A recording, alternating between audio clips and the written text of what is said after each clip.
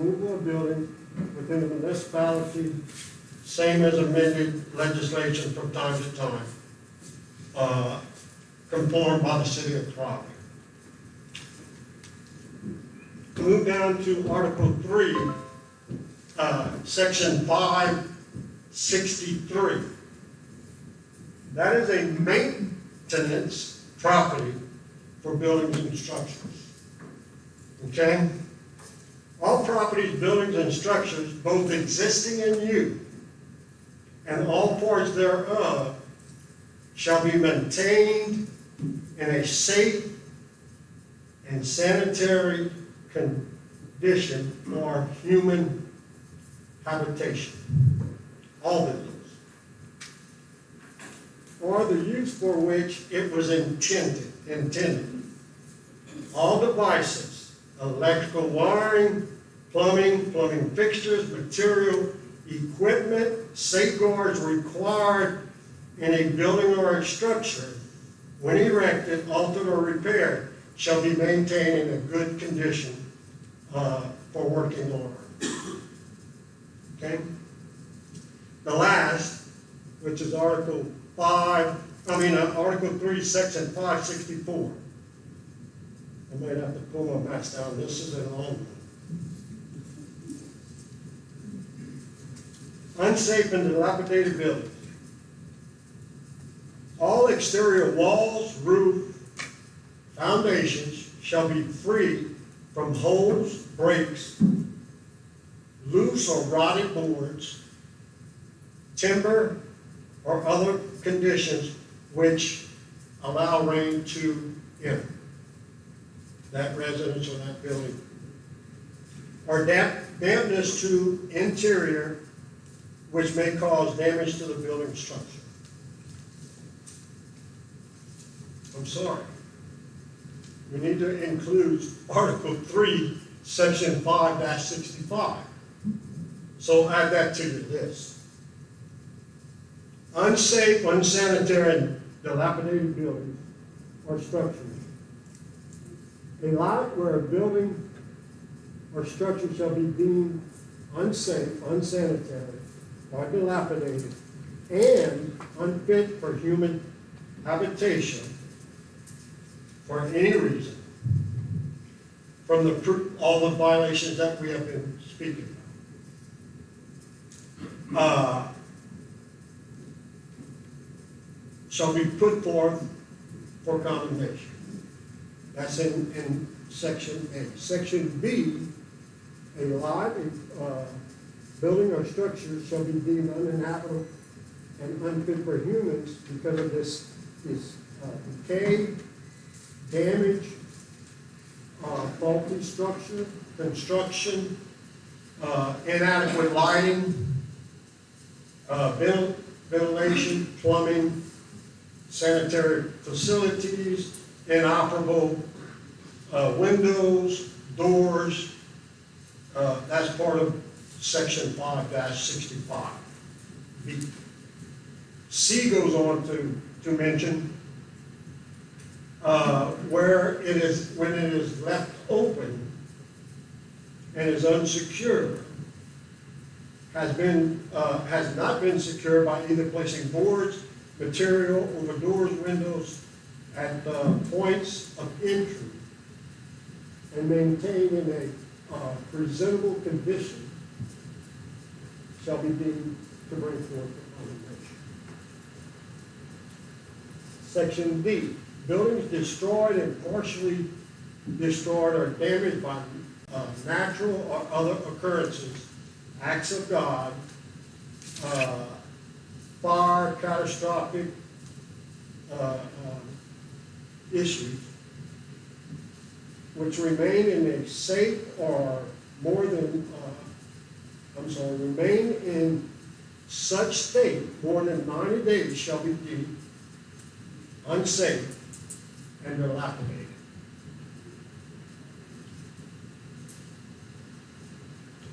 That's Section D. That's D of Section 5-65. So, we're moving on to E. We just finished with D, right? all such lots, buildings, and structures are hereby declared to be public nuisance and a danger to public health, safety, and welfare shall be condemned. Demolished or removed unless repaired or rehabilitated, and all corrections may be restored on that lot, and may be required the fire marshal or the building inspector's approval. Section 8, building and structures of any portion that may be declared a fire hazard due to deterioration, decay, damage, faulty wiring, gas connections, and other equipment shall be deemed unsafe until life. So this particular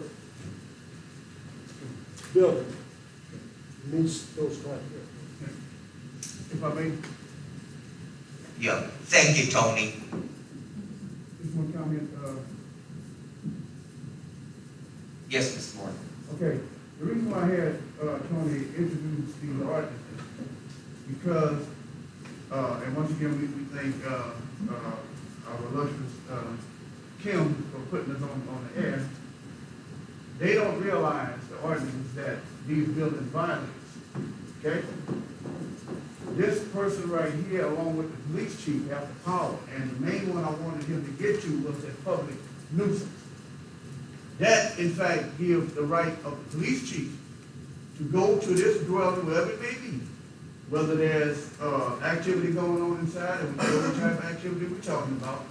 The worst part of the year is happening to be coming, and that's, winter.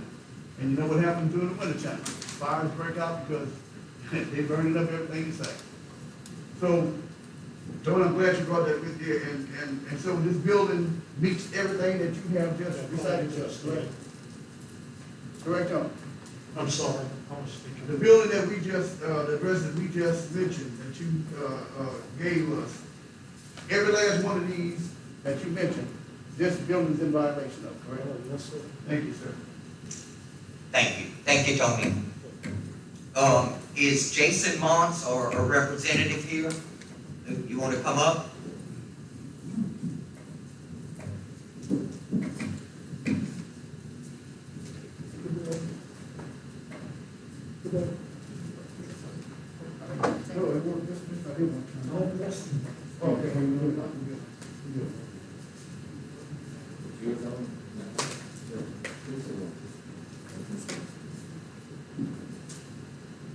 Yeah, these two are supposed to say on. Which means they're supposed to be on. Go ahead. First off, good day to you all. I acquired this property at the end of the year from Mr. Wayne Daly, who did not inform me that this building was under condemnation, as you call it. And he sold this property to me. And since then, I have some pictures of the council would like to review, shoot. But I have been adamantly doing repairs and trying to get this property up to the city's code and whatnot. And it's the first time as landlord, like owner of the property, I'm throwing quite a bit of resources towards this. I've already gone through 2 crews, and nobody wants to work anymore. It's hard doing it by myself. But I have made ample repairs, up in the thousands of dollars already. And I would like to continue this process as I think it's going to be a very nice home and good property, good location, and I enjoy it. Okay, Mr. Martin. Well, first of all, sir, with all due respect, You ever heard of a title search? Yes. So you didn't have a title search on the property? You just, would you hand them some money and say, okay, it's my property now? Did you go to the assessor's office and have the proper paperwork done to the property? I recorded paperwork with the clerk, and as far as it goes, the first time, Yeah, but still no, the bottom line here is this. I didn't know there was such things, process or steps to go through. I've never purchased property before, it's my first time. You didn't have an attorney handle you, nothing for you? No, Listen, and I want to say this to you, and this goes for myself and everybody else. Ignorance of the law is your own occurrence and your own inheritance. When you buy a car as is, you buy that car as is. correct? All right, Attorney. the question I have for you, did you buy that house as is? Or did, the person that had before say, look, you buy it, I'm gonna put $15,000 into the home to make it livable, No, it was cash sale as is. as is? Yes. So you assume the responsibility of the house? Apparently, yes, I did. Well, I happen to be one of the persons, the houses in my ward, and I pass by that house every day. And putting sticks across the window doesn't, But that doesn't meet one of the code requirements of securing property. but let me explain to you how the city, and I think Lyle might have been home, I know Stephen was here. If you would've came to one of us that been here for a while, you know what the city maintains for closing up property? Yes.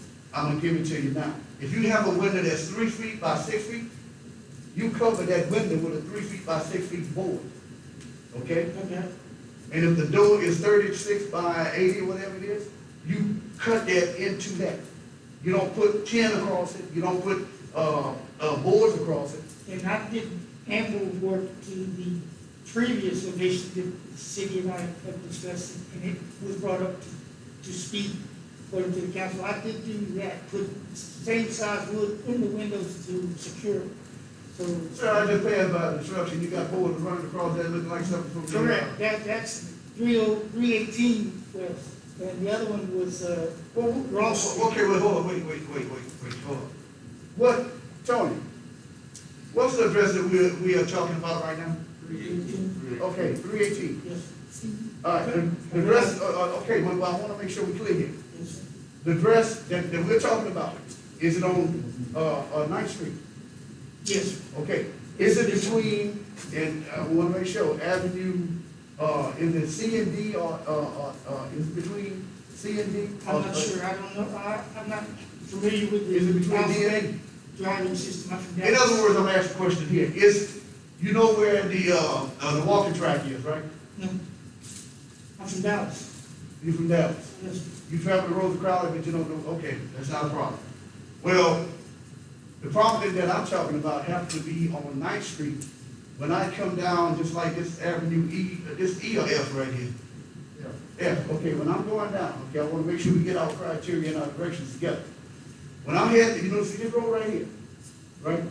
If you take this road, when you get to 9th Street, do you make a right to get to that property, or do you make a left to get to that property? I would take that. Okay. Well, I don't know what you got on your right, but I know what you got on the left side. And let me tell you something here, buddy, that's how we keep chickens inside coops. We don't live that way. That neighborhood is a quiet neighborhood, and to be quite honest with you, the stuff that I seen coming in and out of that place. That's what I said, I just acquired it and. I Sir, had somebody working there. once again, when you acquire something, it's yours. Correct. Okay, you should have sat down with this person and said, I want to know everything that's going on with this property before we even, sign any contracts. But as you said, it's a nice neighborhood, nice subdivision. Well, it is a nice neighborhood, but the fact of the matter, sir, you can't Quiet. leave the fact that you bought it as is, and you assume all the responsibilities of it, okay? I'm pretty sure it was real cheap, right? Oh, yeah, it was real cheap. But the bottom line, yes, sir, what I'm trying to tell you is this. I can't see myself, if I had to live in that area right there, and seeing this every day, you know, do you have an idea how much it's gonna cost to bring that property up to standards? You heard what I was trying to say? About how much? 20,000. Oh, you more than that. You know that. I am a developer and I know the price of whatever. You gonna tear half the house down and just do half of it? Actually, quarter, that's spots to the back, because it would still be livable, it still have a bathroom, kitchen, and, Well, two rooms. I'm gonna conclude with this. From what I've seen, it's always the last minute, I know I'm coming, let me get this stuff cleaned up. Okay? There were times where there were people using the restrooms outside. There were times when, Lord knows, the past you see a blaze that long, you know it got to be. You hope that it won't be. Sir, I'm just asking you, if you had to live in that home, would you? As it is right now, would you live in it if right now the way that home is situated, would you live in it? Sure. I got portable power, I got solar system, everything was gonna be set up green for that house. What you gonna do when the rain comes falling on your head? You got a big umbrella to put over that? No, I have a roof. Not that roof. We I'm finished. got things Thank you, on the thank you, roof. thank you. Thank you, Steph. Thank you. Anything else, Mr. Mons? As far as it goes, I don't know what kind of grudge, some city members may have against Dave, but I just acquired these properties from Mr. Daly and a couple other people. And this is my first shot at doing work like this nature. And when I find that most people that I hired are just lazy, I hate to say it like that. But I like to go out there and I work on so many properties as I can as a first time owner of property. And, you know, I went to 100K already. And I'm trying to get things up and going. Okay, thank you. Mr. Mayor, just a point of order. Did you just ask the question, do I have something against Mr. Dales, or was that the general for the whole council? I've been to a few councils and it's apparent to me that there's possibly some animosity towards what Mr. Daly Well, has sir, done. with all due And I think respect. it's carried over on my side. Well, no, sir, not one time did you hear me mention Mr. Wayne Daly. You stated who you bought it from. I did not You mention. stated. I don't have, me personally, I don't have anything against Mr. Daly. Well, sir, if you don't mind, I don't have anything against anybody, Yes, sir. okay? But what I'm trying to make you understand is, whomever you bought it for, you bought it as it was, Right. okay? So that's where, don't put the responsibility on somebody that had it before you. It is yours now. Well, if someone fails to divulge, hey, man. That's on you. If you buy a car that has no motor, what you want? Well, I wouldn't buy it then. I'm good, man. But if I buy a house, and I don't know that it. Steph, thank you. 30 years has been used as a whatever. Mr. Mons, anything else? What I was trying to inform him that as far as it goes, I assumed that it was a nice area, which it is, and the neighbors there even helped me kind of clean up, and, you know, the outside is nice. I got one broken window in it, but I gotta fix that too. And I've since now boarded it up to where I can keep the people out. I've hired someone to go regularly, and for the last 4 months, that's what he had been doing, was to try to clean it, but he was doing the opposite. He was just leaving stuff there. I got him out of there, and I devoted my whole time to just this, instead of the other home. All right, thank you, sir. Thank Oh, you. all right, listen, I am gonna close the public hearing. No, Mr. Willard, we're gonna move this and vote on it in public safety, and then we will have further discussion in public safety. So what I would like to ask is that we have a motion to amend the agenda and bring it up in public safety for a vote. I'll make that motion that we move it into. Okay, we have a motion I'll second. and a second. Okay, and that's to amend the agenda to bring it up in public safety. Yes, sir. Okay. All in favor? Opposed? Okay, motion carries, and we will bring it up in public safety. Mr. Core, that'll be in your agenda, and Mr. Wilrich, then you will be acknowledged. Okay, we're moving on to ordinance 1508. Excuse me. Yes, Mr. Gray. Before we move to that, I'd like to make a motion to amend the ordinance to remove the wording that says locked and add secure as to not allow the contents to escape onto the surrounding area instead of locked. Clint, that's what I was getting to. You beat me to it, but thank you. That's exactly what I was doing. We were gonna amend, but that's great. So we have a motion. Point of order, just to make sure things are done correctly. We're gonna get to the previous action, we had to have a unanimous vote and vote on the amending of the agenda, then vote to move it to the officer.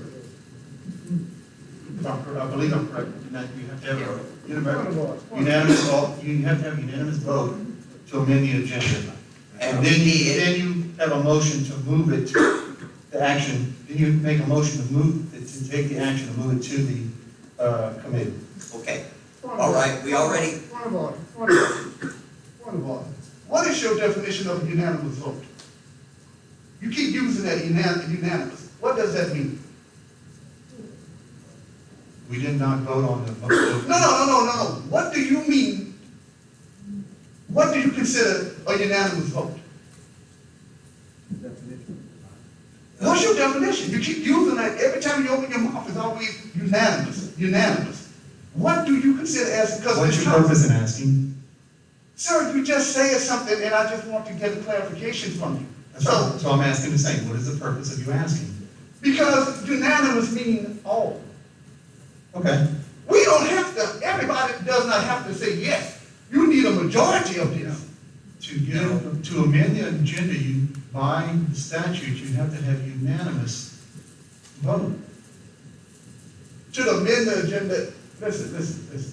I understand what you're saying about Mr. Martin, just I just asked you a question. Just a second. What Bear is with me a meant by second. unanimous? That's all I'm asking you. Bear with me a second. hold on, Jeff, please. Sir. Okay, step to amend the agenda. It We're has- not talking about amending the agenda. I just asked him, what is his definition of a unanimous vote?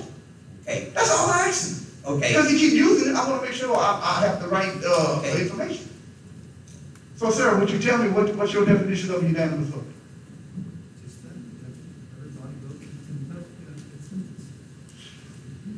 Is it, Everybody works in consensus, unanimous. sir, okay, one more I time. can pull up a Webster dictionary. I'm not worried about it, I'm asking you yours. It's the Okay. same, it's one and the same. Okay, is it that we have how many? It's a 9-0, as in this case, an 8-0 vote.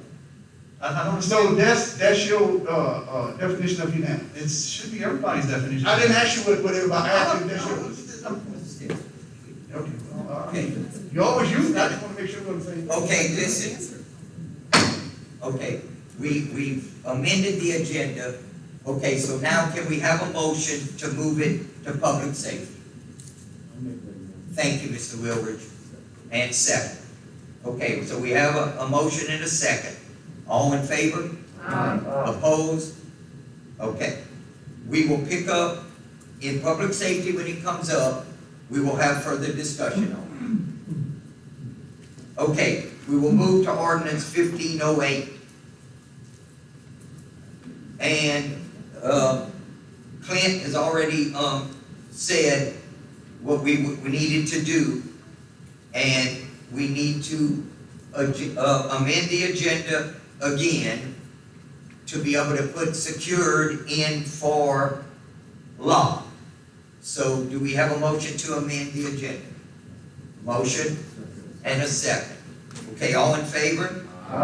Opposed? Okay, motion carries. Now, do we need a motion to say we're putting in secured for law?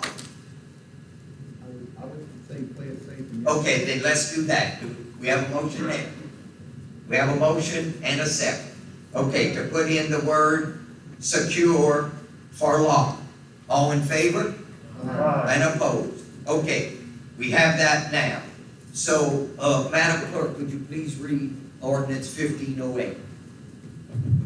An ordinance to amend and reenact section 922 of Article 2 of Chapter 9 of the Code of Ordinances of the City of Crowley, to add thereto Section 8 to provide for general littering prohibitions, and Section B to provide for commercial littering prohibitions, and to provide civil penalties therefore, and to amend and reenact Section 211 of Article 7 of Chapter 11 of the Code of Ordinances of the City of Crowley to provide for secure trash containers, and to provide civil penalties therefore, to repeal all ordinances or parts of ordinances contrary thereto or in conflict therewith, to provide for the provisions hereof to be severable, and to provide for all matters relative thereto. Thank you, ma'am. Okay, we'll hear from the proponents first. First call for proponents. Second call for proponents. Yes, sir.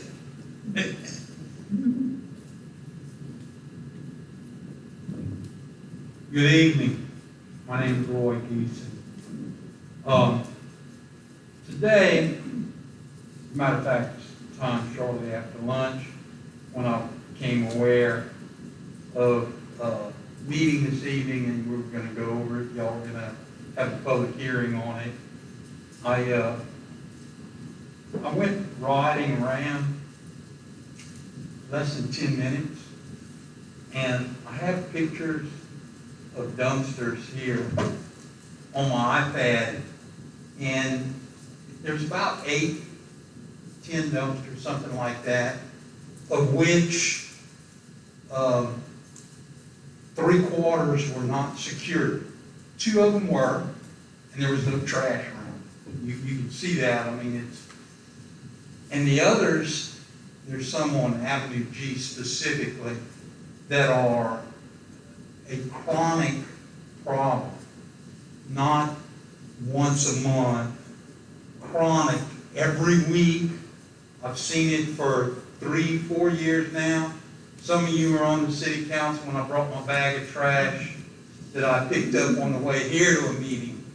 And I could do that. I could pick up 2 or 3 bags of trash in 15 minutes on the way here, from my house to here. That would be, it would take me half an hour, but I could do it. And I think that the dumpsters are a big part of the problem. Either, a lot of times because they're leaving them open. It doesn't solve the problem. It does not solve the problem. The problem is with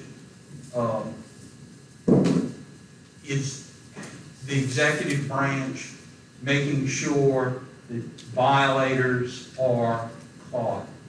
And look, I applaud your efforts. Y'all are doing what you can do. Anything that would push along the executive branch of government to actually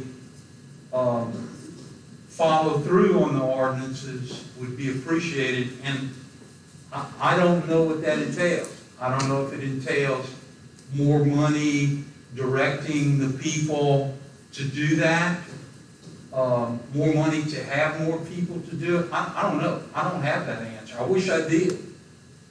But I think it definitely needs to be done. But this is certainly a step in the right direction, and I think it needs to be done. Okay. Thank you. Thank you, Roy. Okay. We got one more. Yes. I was just going to speak in support of it as well. I was just going to say that, Well, state your name though for the record. Sorry, yeah, I'm too used to everybody knowing me. Luke Dupre, Parish Strategies LLC, public policy firm. I just wanted to say that this ordinance is in furtherance of the plan that was created for the city back in February, which deals with the litter issue in certain ways. This was one of the proposed changes, proposed ordinances. So I'm fully in support of it. Just like to follow up with what Mr. Giese said, just to get a little bit more push going in that direction from the executive branch would be good. There's some legislative things that can be done as well that are still in the book that was created for the city. But this is kind of a first step to actually having some enforcement going on to get this big, I call it like the box store problem, where we have in our communities all this trash. I've seen people drive up to Walmart, open their car doors and just start throwing out trash. And nothing's really been done. So this is a really good ordinance. I'm in support of it, and that's all I have to say. Thank you, Lou. Okay, third and final call for proponents. Okay, first call for opponents. Second call for opponents. Final call for opponents.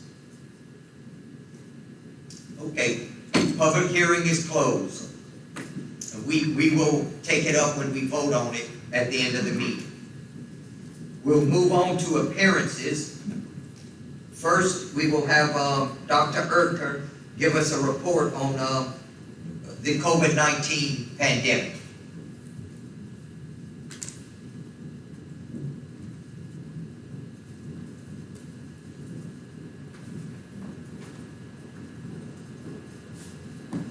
Good evening, everyone. My name is Dr. Robert Erker. I am meeting with you again. It's been since approximately June 10th. I'm here for an update. Appreciate your, as a council, entertaining my comments this evening. Mayor Pro Tem, I appreciate your involving me as well. First of all, I do want to make it well known to the council that I think, and the public for that matter, here, I do think that we're at a more unique point in our society, as y'all can see federally, statewide, and then locally, in terms of the involvement between the medical community and the public sector. I've been working very closely on 2 different state and regional committees. Here's the Acadia Parish Medical Representative, but also one of the representatives for the Acadia Physicians Leadership Council for Region 4 with Dr. Stefanski, with whom I just got off the phone to get the latest updates for you. This is changing, as I said, in the past every day. But I do want to give you a sense of where we were last time, and I do this with my patients frequently because, frankly, it gives you a very good temporal perspective of the changes in latitude and dealing with the attitude we all have to have towards this virus, mainly COVID-19. When I came to you on June 10th, Acadia Parish had only 745 cases and 35 deaths, the majority of which were essentially based in nursing homes, because that was our most aged and frail population. And if you know anything about epidemiology, it's caged up folks die quickly. It's just a fact of life. My tone at that point with y'all was essentially informative. Now I am teetering at this point in time in the present between concern and worry. And that's what I tell my patients. Don't worry until I worry. Be concerned because it's your concern, it's my concern.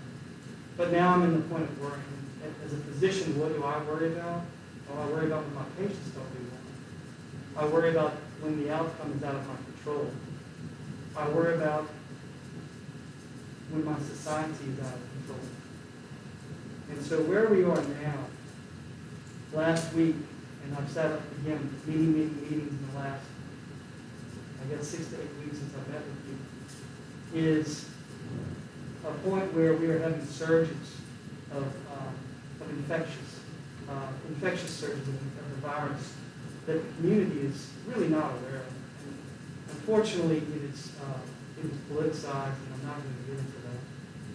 But it is put in positions for their own, I want to use appeal, or even furthering of their agenda. I'm going to tell you straightforward. I'm going to tell you factually, and I'll answer questions at the end if you have any.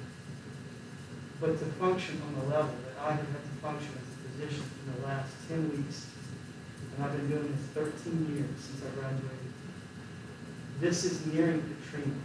But the only difference is that I have colleagues that are upstanding and around me and can adapt, and we actually have a physical structure to adapt. And I was in Katrina, and I was in that area, and I was in Woodstock and Baton Rouge when that happened.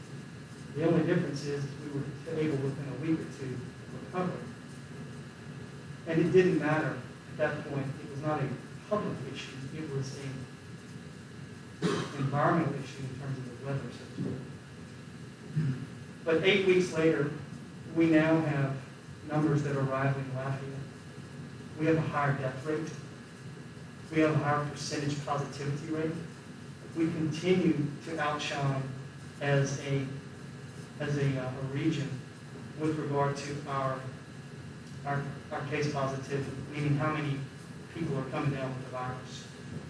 Again, 8 weeks ago, we had 700 cases, 35 deaths. Now we have 2,652 cases as of today with 87 deaths. We're only 10 behind Lafayette. And Lafayette, you know, is a much larger population. I question as to why. That's my job. I question as to how. That's what Dr. Stefanski and our colleagues are working on the state level. But I'm more concerned about my tone today, looking forward to tomorrow, and in the next 2 to 3 weeks, because there's something that is going to affect all of us. The virus does not care. It uses innocence as a potential to spread. It uses lack of knowledge as a potential to spread. And so I'm alluding to the fact that we're about to open schools up. The most intelligent thing that anyone in the country has done since the pandemic was to stop the spread by closing schools down initially. Again, let me be clear, that's not my purpose this evening. There were some very bright minds that knew that if you took the innocent and gave them the virus and spread it to every household, it would decimate our workforce immediately.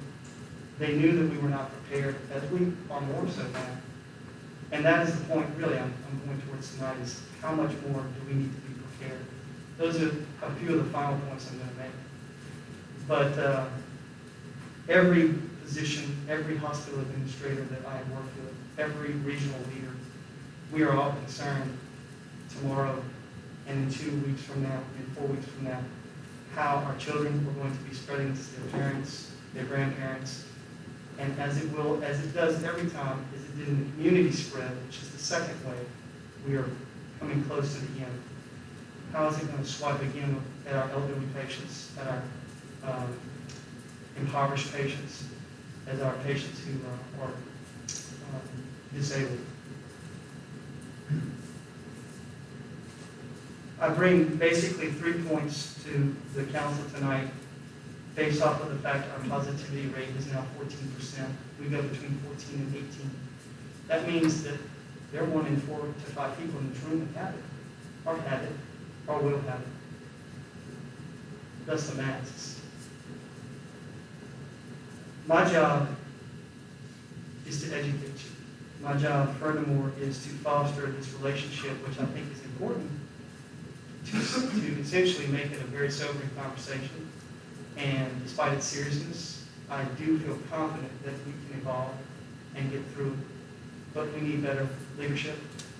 We need better senses of personal responsibility. And above all, we need better respect toward each other. Personal comments. This is not factual based, except through my own eyes. When I go to the restaurants and I see the folks that are not wearing masks, and I see the owners who are doing the same thing, I ask myself, you're the leader of this place. I don't say anything, it's not my job at that point, but I'm saying it now because I think it is. When I see folks that, for some reason, think that this is fake, or this is a joke, or this is a hoax, and the unreality we see on social media, if I could just take you to that west wing of the hospital while you watch 30 of my patients die in the last 6 weeks, you will realize that it's very real. So my tone is impassioned, but it's also optimistic because I know that at some point we will have a better handle on this disease. Again, remember, it's not at our pace, it is at the tempo of the virus, and we are not in control. The only thing we can do is what we're doing now, engage these conversations, be leaders, and show the respect for our fellow person. And what I mean by that is I would urge anyone on this council, anyone in here who has any leadership, to exercise and realize that the more rapidly these cases occur in the next 4 to 6 weeks, we will not be able, as a hospital, to function. We will be turning people away at the door potentially. If the numbers go up as we continue and expect to. We need now, in the sense of my tone, is an alarming message to the public that they really need to do it now. And it's not an invoking of your personal rights and freedoms. It's respect for the fact that your child is going to school. And if you don't believe that you wear a mask, but that child infects my child, and I have to miss 2 weeks of work, look at the implications of that. Or if a family cannot afford that type of work loss, you're affecting your fellow man, or woman. And so I really want to impress upon the public how important it is to wear these masks and to promote what I have said last time, space, and face. And I've added to that to slows the pace. It is the most perfect, easy statement. I was somewhat misquoted last time, so I'll say it again. Time, space, and face. Time. How do I avoid getting this in my office? Because every day in my office, I have a patient that comes back 3 days later and says, I didn't realize I had coronavirus. How did I get through that? My appointments are short. They don't like that sometimes, but they're less than 15 to 10 minutes, so for the public, 15 minutes. The space is always greater than 6 feet, always, because the virus has trouble traveling that fast and that far. And then lastly, this mask, I've got great new bodies of evidence and literature that says they work. If you don't believe me, come see me later. It cuts it down to essentially less than 1%. I am very concerned about the fact how this affects people and they don't know it. I will use the example of my colleague and mayor who sat up there later. I did get his express permission to use him as an example. A healthy gentleman. I was worried because I couldn't get him in a hospital for 5 days. Nowhere in the entire state of Louisiana. But I was able to eventually get him into a hospital, and he was there for 15 days essentially. So he's a healthy guy. I think we all need to have respect for each other, saying we want to respect each other's health, but you never know whom you're going to transmit this to, and it become essentially a critical or a death sentence. Finally, with all this kind of morose tone that I have, I think we can be successful in the sense that improving this communication between the medical community and yourselves, I do think we're going to be able to ameliorate the aforementioned issues in terms of not only improving our community, but allowing our hospitals to reserve their resources, conservatively in the next couple of weeks.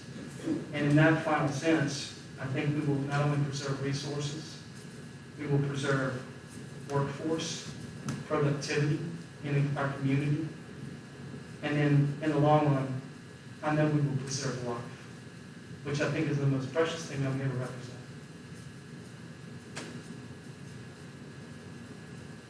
Any questions? Sure. Yes, sir. Doug, I'm listening to everything that you're saying right here. I'm one person, I travel the state. I've lost 12 family members, and I lost one this morning. Okay? I have to be honest with you, the one that I lost weighed about 250, 260 pounds, played football, the works. Asked him about a mask, you know what he told me? I don't need a mask. So now we're going to be wearing a mask over him, telling him goodbye. The problem that you have right here is sitting right down there at the Capitol. Okay? Louisiana has 2 problems. We have one of our state senators, which is a doctor, and the other is a treasurer. Okay? You put them 2 together, you know what you get? Let's get them back in school. Let's get everybody back to work. Okay? I don't have any problem with anybody, as long as they accept their responsibility. Okay? I'm with you 100%. I wear this mask. I don't care if I'm going outside to put out the trash. I'm wearing my mask. Okay? I send people home for simple, don't get me sick. Okay? My obligation is to make sure that I don't get you sick. Like me and Lon, we sitting across right here, we having a conversation, we protect it. But if someone comes between us coughing and whatever, we don't know if these masks are going to stop it from us or not. You know, I understand you have to have so many layers. But now, until you and Dr. Stefanski get to, our governor, I've asked time and time again, I've served as Louisiana Municipal Black Caucus President 4 terms. Have the ears of everybody over there. Me and Dr. Bishop, which is the, he heads the, Louisiana, Municipal, the Legislative Black Caucus. Been trying to tell him, go back to phase 1. Let's clear it up. And what you got right now, let me tell you something, phase 2, it's not helping anybody. Okay? And closing bars right now ain't helping nobody. I mean, bottom line of it, and we have one of our colleagues here that happened to own one. And him and I, we talk. That's his business. Right. But you're picking on him. Okay? If you're gonna be 100% across the board, shut everything down. Because if unless I'm mistaken, you're a doctor, you can tell me. When we was in phase 1, wasn't everything coming down? It was. Okay. But what happened where all of a sudden we get to phase 2 and almost phase 3? That money. That money. Okay? The United States is the only country in the world that we can print money. I don't know if y'all know that, but this country can print money. But you heard today, nobody wants to do the right thing. Stay in your house. You know? The kids, you just mentioned, we have a gun in the school board over here. There's a lot going on, man. But he's a member. He don't control the board. That's not to be talking about Bishop Proctor, but it is what it is. He's only one vote. Okay? Until you get everybody in the same consensus to say, you know what, Louisiana gonna do better. If everybody just shut their doors again like it was at first, make it mandatory. Make these masks mandatory. Okay? Don't give some places, oh well, you can come in here, you can sit down, and you ain't gotta wear your mask. All right? Because it just so happened that it may be at a restaurant that's not allowing the mask, and I go there to get me something to eat, and guess what? I leave out there sick. So what I would tell y'all to do, and if y'all want to do this, we have over 550 members across this state. Mayors, council members, police chiefs. If you tell me, step 1, we need everybody from your caucus to be in Baton Rouge, you give me 3 days, and we'll have at least 2,000 people over there with the same agenda. Shut everything down, start from scratch, and let's see where we at. Because I agree with you 100%. I worry about my grandbabies, man. You know, I worry about it. And that's just my comment. Anyone else, Mr. Prater? First off, I'd like to thank you for coming again. Your message pretty much hits home. You said 87 deaths. Well, my mother was number 11. And it wasn't her fault she got it because she was quarantined for 2 months in a nursing home. So, you got to think about that. You're not necessarily protecting yourself, but you're protecting other people when you're wearing your mask. And so, the numbers, they just seem like a number to a lot of people, but I'll never forget number 11 because that was my mother. So, thank you again for coming, and hopefully your message gets through because we really, really need to be vigilant in this fight against this thing. I made a video when this first started. A lot of people were laughing about it, saying it's not worse than the flu and everything, but I can personally tell you that, it's worse than the flu. And it's hitting people that shouldn't even be affected because it's not their fault. So, thank you again for coming. You're welcome. I've had the flu. I've had patients for 10 years with flu. I've had 0 dying about it. 0. I've had in 3 months, 32 patients died in my practice. So that gives you a sense. We will know these numbers later, but it just gives you a sense that this is not flu. This is far more than flu. So thanks for coming. Thank you, Dr. Kirk, for coming. We appreciate it. Can you mention about the antibody tests? I know those are going around, and a lot of people are getting those, and it's maybe giving them a false sense of security that they've already had it and they can't, that they're immune. And so that is a very popular topic. I will, without giving you 2.5 years of an immunology, virology lesson, all rolled up into 2 minutes, but I'll do my best. Remember that this is a cold virus, okay? 20% of colds that occur every year for the last 25 years are coronaviruses. This is a unique evolution. This is a rogue if you will, virus. This virus, as you know, a cold virus, you catch many times throughout your life. You can catch it many times. That's why they spread so easily amongst the children, because they're so easily passed and so easily communicated. This one is more unique because of the fact that you shed the virus before you're showing symptoms. That's kind of a new unfortunate feature, because that's one of the reasons it spreads so fast and so, I'm going to use the word stealthily. The antibody tests, I will be very frank with you all, I think the FDA should have wiped those out many, many, many weeks ago. President Trump put forth an executive order for these tests to be out initially to promote commerce and to promote testing, because they thought initially that was key. The problem is these things are not tested, they're not verified, they're not validated. Any semi-reputable mom and pop place can develop the product and ramp up production, but they don't have the good technology and science that some of the bigger companies do, and the scientific personnel to back those up. They went through a stage 2 of that to make them submit data to make the FDA approve them. I have that list. There's only about 13 to 15 in the country when I checked a month ago. The fact of the matter is they're, to me, a scam. An IgM and an IgG test are only used particularly after you've had the virus for a couple of weeks to see if you even were exposed. It is not a sensitive test. It's 35% sensitive, meaning that 65% of the time it's wrong. Why would you therefore use a test that has that high false negativity rate for the general public? It, to me, is not only scientifically wrong, medically wrong, it is ethically wrong. I do have to say that I think sometimes money motivates people. I will throw that out there. I know, you all know. But the fact of the matter is we have a much better test. It is harder to do. It's more uncomfortable. And it takes sometimes 24 to 96 more hours to come back. But people don't want that. They want convenience and they want a small price. Cheaper does not mean better. Cheaper means worse in this case and spreads more disease. So the antibody test, unless if it is vetted, and there are a few in the state, and I can tell you who those are only used for, say, yourself. You want to know one day whether you were exposed many months ago. It's valid after that because it's an IgG test, which is a memory issue with your immune system. But the antibody test, it's not worth it. To me, it's not fair to the public to use because that's how you spread the disease, by giving them a false sense of confidence. Sorry, long answer, but PCR test.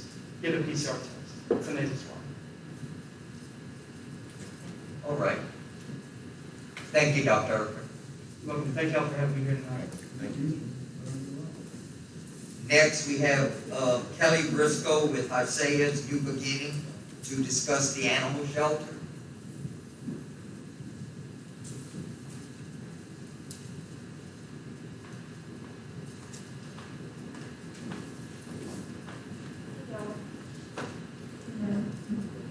I made you guys a list of items that we'd like on the wish list for our shelter.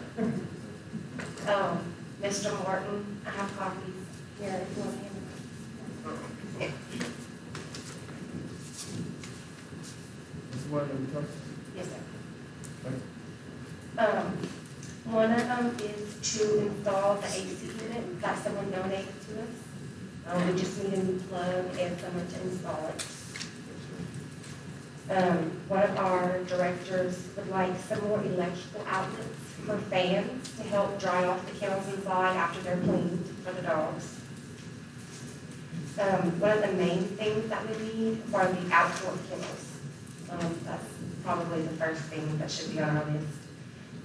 It'll give the dogs outside time while we're cleaning the kennels, because you can imagine it's like they're in jail. And it will give them sunshine, playtime, exercise while the kennels are being cleaned. So we like kennels in that big open space in the back. The drain. In the back where the urine goes, there's like a catcher there, so the feces do not go down the drain. I'm not sure what's wrong with the drains. That would be something for a plumber to come take a look at, but if we can get a plumber to see what we can do to fix that problem, that'd be great. In our bedroom, there's a sink, but there's no running water that hooks up to the fountain, and put running water so we can have a potential wash station for the larger dogs. Some of the kennels inside, the fencing and the locks on the gate, some of it needs to be fixed. So if we can get somebody just to repair a couple of little things on the fencing. Where the sink is, it's blocking the drain where the, we hose everything out. So we need to move it over to the left-hand side. There's a wood shelf on top. So some holes will have to be drilled for the pipe to come down into the sink. And it's a pretty easy fix. We just need somebody, like I said, to drill a hole for the pipes. And I think that's pretty much it. And did y'all receive a copy of the contract? Yes. Okay. Okay, I want to make sure y'all did get that. Okay, well, we'll make sure that, Mr. Dillon gets this list. Okay. Mr. Prater? Kelly, let me give you a little ammo when you go to talk to the administration about the things that you need. Yes, sir. There was actually $45,000 in last year's budget, just in salaries. That's just in salaries. That's not including all of the other stuff. And we went a couple of months where we didn't have anybody there, and now there's only one person. These salaries were for 2 people. So there is money available in this year's budget. It has to be there. It's somewhere. So it should not be a problem. If money shouldn't be the issue. Your willingness to do it, that's your battle. But I'm just gonna give you that information, and you take that with you when you go. But there's money there. It's not a money problem, okay? I'd like to add, Yes, Mr. Martin? Okay. Kudos for you, Commissioner, for coming up with that, but that's just the salary money. There's money that there to run that shelter. If you remember when you first came up, you had all the good intentions in the world saying, we're gonna try and do what we can without asking for any money. And you remember my comment to you? Yes, sir. Take the money.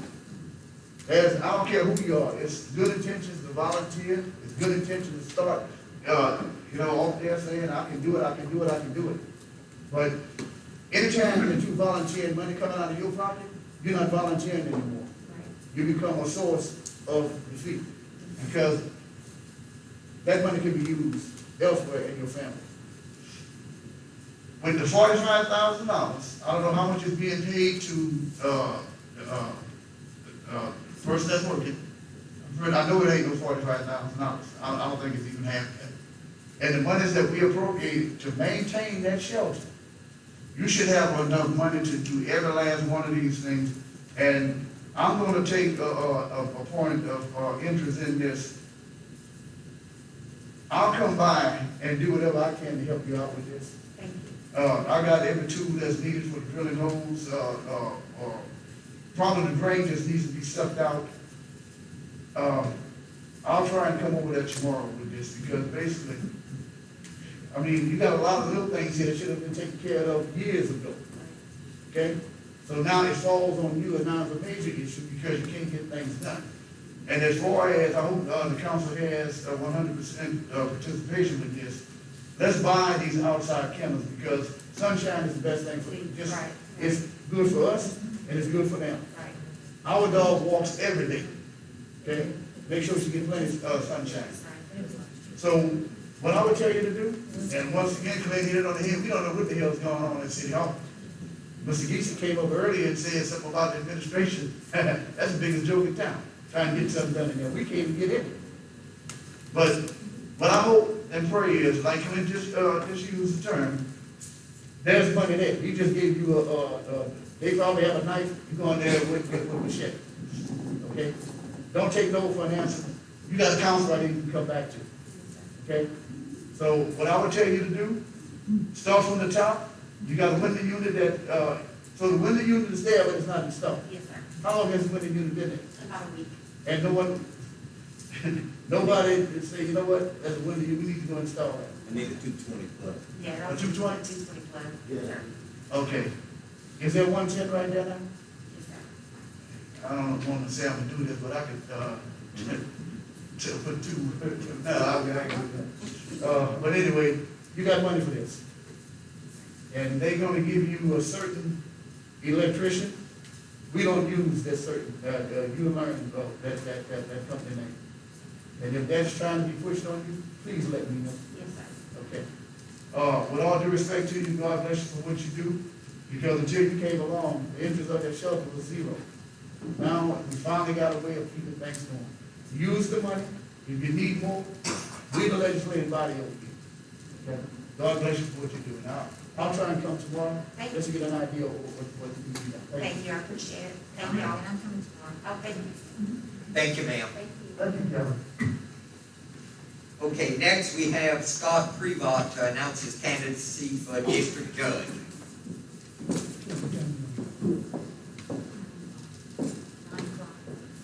Hello, everybody. Thank you for the opportunity to come and introduce myself. Before I begin, I think we would be remiss if we didn't recognize the passing of Ms. Charlotte Jeffers and also Mr. Homer Ed Barus. Two people who were great citizens of this city and did so much for us. So I'd ask that everybody keep them in your prayers and their family in your prayers. My name is Scott Prevost. I was born and raised here in Crowley. I went to St. Michael's Elementary, Notre Dame High School. I went to LSUE. I'm a graduate of Catholic University of America and Loyola College of Law in 2008. After graduating from law school, I went and started the firm of Prevost with my father. And we have worked in family law, real estate, successions, general civil litigation. We've tried jury trials, tried bench trials on the civil side. We did criminal defense work. Right after law school, I also joined the public defender's office where I worked from 2009 to 2014. Did misdemeanors, did family child in need of care cases. That's where children are removed from parents and, for neglect. I've represented parents, I've represented children. In 2015, I was honored to take a position with the district attorney's office, and I've been a prosecutor since then. I have been the city prosecutor. I've sat where Mr. Fogelman sits right now, and I've also, whenever I was the public defender, I sat on that side where Mr. Martin sits. I prosecuted misdemeanors in district court, and in January 2019, I switched over to prosecuting felonies, and I've been there ever since. I've tried serious murder trials, people who prey on children, got unanimous jury verdicts. I'm very familiar with the courtroom, the rules of the trial. I'm a member of the Crowley Rotary Club, past president of the LSUE Foundation, supporter of Boy Scouts of America. I'm a co-founder of the Acadia Parish Law Enforcement Conference. I'm a volunteer youth and soccer coach, avid hunter and fisherman, coastal conservation, Ducks Unlimited. We've participated with Dancing with the Stars for many years. I'm a member of the Acadia Chamber of Commerce. I've supported the Acadia General Hospital with their Fund a Cause program for their annual gala. I was the MC. I was on the board of directors for the Grand Opera House, and I'm a longtime supporter of the Crowley High Athletic Boosters. I'm married to Allison Claire Prevost. She's since May of 2008. We have 3 children: Charlie 10, Graham 7, and Madeline 4. I go to church at Immaculate Heart of Mary, and I grew up in St. Michael's. What is a district judge? A district judge is one of 13 judges elected in the 15th Judicial District that comprises Acadia, Lafayette, and Vermilion.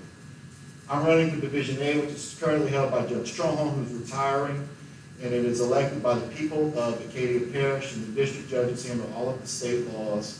And they're the trial court. They're the first court that everybody, whenever you file a lawsuit or whatever it is, a criminal court that goes into the district. Why am I running for judge? And it's a question I get all the time, and it's not the easiest thing. I'm sure whenever y'all were asked why you're running for city council, it's not the easiest thing to answer. But I'll say this, I have 3 children that I love very much, and I love my community, and I want my children to stay in my community. I don't want them to move away. I'd like to see my grandkids grow up. If I want them to stay, we need to have a community that encourages them that they want to stay. Right now, we had a 14-year-old shot and killed in Crowley this week. The devil is at play in our community right now. And we need to recognize that. You know, it was a tough. This is why I'm running. Because we have drugs and crime that are rampant. And I have fought it on both sides of the aisle. I fought it as a public defender in trying to straighten my clients up who were on drugs, and I fought it as a prosecutor in trying to get dealers off the street and give people who are addicts a second chance at life. An emphasis on drugs, and why the emphasis on drugs? Because they lead to theft, they lead to spousal abuse, they lead to child neglect, and they lead to violence, including the murders that are happening right now on our own streets. And this is not just a Crowley problem, it is a parish-wide problem. It is a 15th judicial problem, it's a state problem, it's a national problem. I'm ready to get in the ring and fight. There's programs that we can do in Acadia Parish that I'd like to see bring over here. Lafayette has a drug court. It's a successful program. But in order to have this program, you got to have a judge who's dedicated to it. You have to have a district attorney who's dedicated to it. You have to have a sheriff who's dedicated. The clerk of court. The community has to get behind it. And it's a great program for people who are addicts. They plead guilty into drug court. And if they do the program, it's a 2-year to 3-year program, and it is hard. But whenever they get done, their slate's wiped clean. It's a great program. And this is just one thing that we can do. The life of a drug addict, they plead guilty, they get a 2-year sentence on their first one. They get on parole, they break their parole, they go back, they serve the rest of their term. They get out, they finish their term, they come back out, they do another crime. They get a 4-year sentence. It's a revolving door. They're not getting any help in prison. We need programs in Acadia Parish. We don't have them. This is what we need. We're spending $16,250 a year per inmate to house somebody in our prisons. We spend $12,362 a year on educating a student. We spend more to keep a guy in prison than we are in educating people. There's a problem there. We need less people in jail. We need more programs, and we can do it.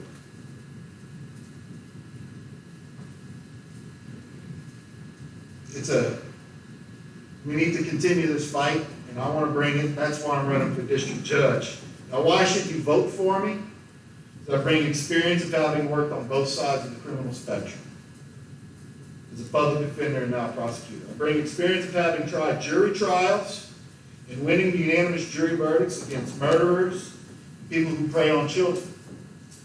I bring experience of representing parents and children in the state whenever children are removed because their parents are drug addicts. That's not an easy decision for a judge to make, to terminate the rights of a parent. Judge Genovese once said it's the death penalty of parental rights. It's not an easy thing, but I know the law to apply in order to make that tough decision. You have to balance parental rights with the safety of the child. I bring experience of working on a wide variety of civil matters and vast knowledge of our civil code, and I'll be able to hit the ground running from day one. But most important, I have a proven love and dedication of my community through my actions, and I have support and passion and a vested interest to improve this community along with y'all. And working together, we can do this. And hopefully that one day when my kids get older, they'll stay here. So, on November 3rd, I ask for y'all vote and I ask for y'all support. Thank y'all very much. Thank you, Scott. Next, we have Danny Landry to announce his candidacy for district attorney. Thank y'all.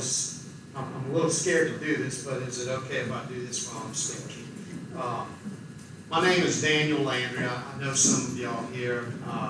Most everybody knows me as Danny. I am from Lafayette, born and raised there, lived there all my life. I'm married to my wife Nancy for 38 years. I'm very fortunate. God's been very good to me with my 3 children. My oldest son, Morgan, is in the oil and gas business. My middle son, Chris, is a juvenile prosecutor. And my daughter is a pediatric neurologist who is practicing and doing a residency in New Orleans. So I've been very, very fortunate.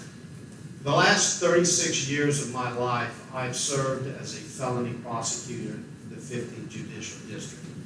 I started with Nathan Stansberry as a felony prosecutor, and as Scott indicated, that's for the more serious offenses, the murders, the rapes, the molestations, armed robberies. I started that 36 years ago. I served under Nathan Stansberry. After Nathan became ill and was succeeded by Mike Carson, I served under Mike Carson. When Mike left office and Keith Stutes came in, I served under Keith Stutes as a felony prosecutor. The last 5 years, when Keith became DA, he appointed me as the first assistant district attorney, which is basically the second in command to supervise 3 parishes, handle all the major felony cases that take place, the high-profile cases, sit second chair or first chair in those cases. It also resulted in being involved in the 3 parishes that cover the 15th Judicial District. I became a HR person. I learned about dealing with over 100 employees. I learned about budgets, which we are all facing major issues with that because of the COVID and the price of oil. Money drives a lot of things, and money drives the legal system as well. I could have retired 6 years ago, but being a prosecutor to me is a passion. It's one of the few jobs that you can really make a difference in people's lives. In the last 3 years, we implemented a new case management system, which basically makes our office accountable to the public. It also makes the police officers and the agencies accountable to the public as well. And once we get it completely operational, it'll also make the judiciary responsible to the public. That system in March, when the governor shut down everything, allowed me to take 100+ employees and go completely virtual, where we were operating the district attorney's office in all 3 parishes out of the homes. Just because there's a pandemic does not mean that the Constitution goes away. The people that are arrested, they have rights that have to be protected. The victims have rights that have to be protected, and we were able to do that. I'm not going to need any on-the-job training. One of the big issues that I'm talking to local governing agencies, and we're fighting a big fight in Lafayette on funding. We've got to handle the budget and do more with the little bit that every budget is being cut. Once again, I'm not going to need any on-the-job training. I will be, the day I take the oath of office, I can step in and do what's necessary to keep the safety in the community.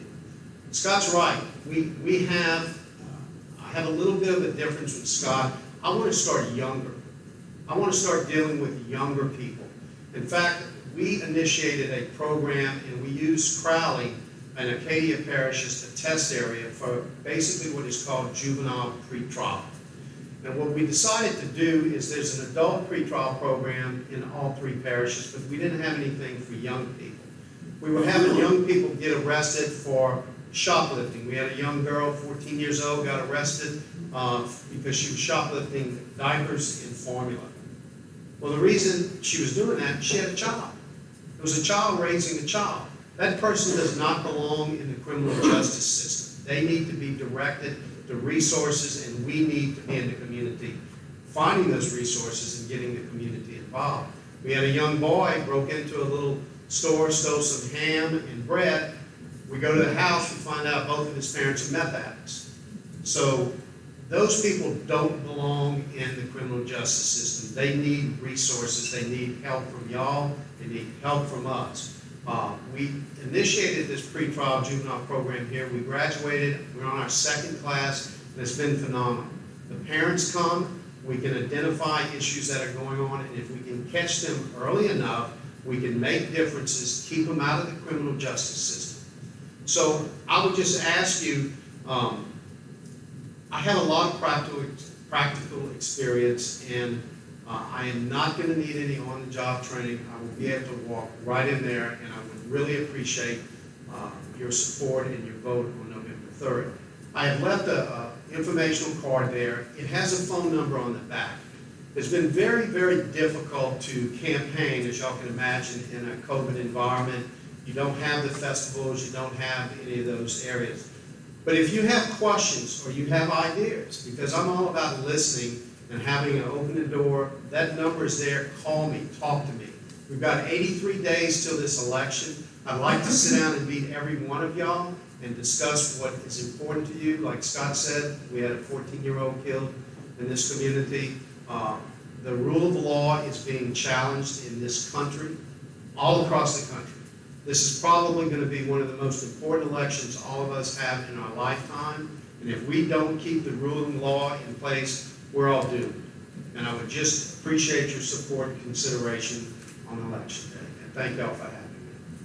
Thank you, Ed. Next, we have Don Landry to announce his candidacy for district attorney.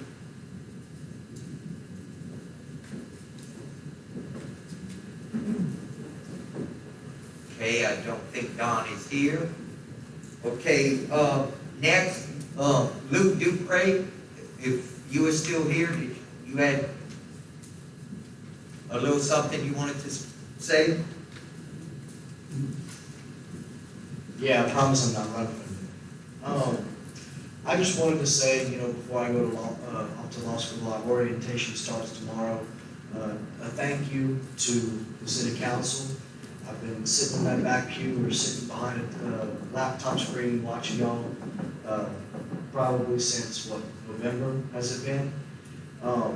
My degree is in municipal systems, and I've learned a lot from you guys, and one of the biggest things I've learned is that the textbooks don't teach you anything.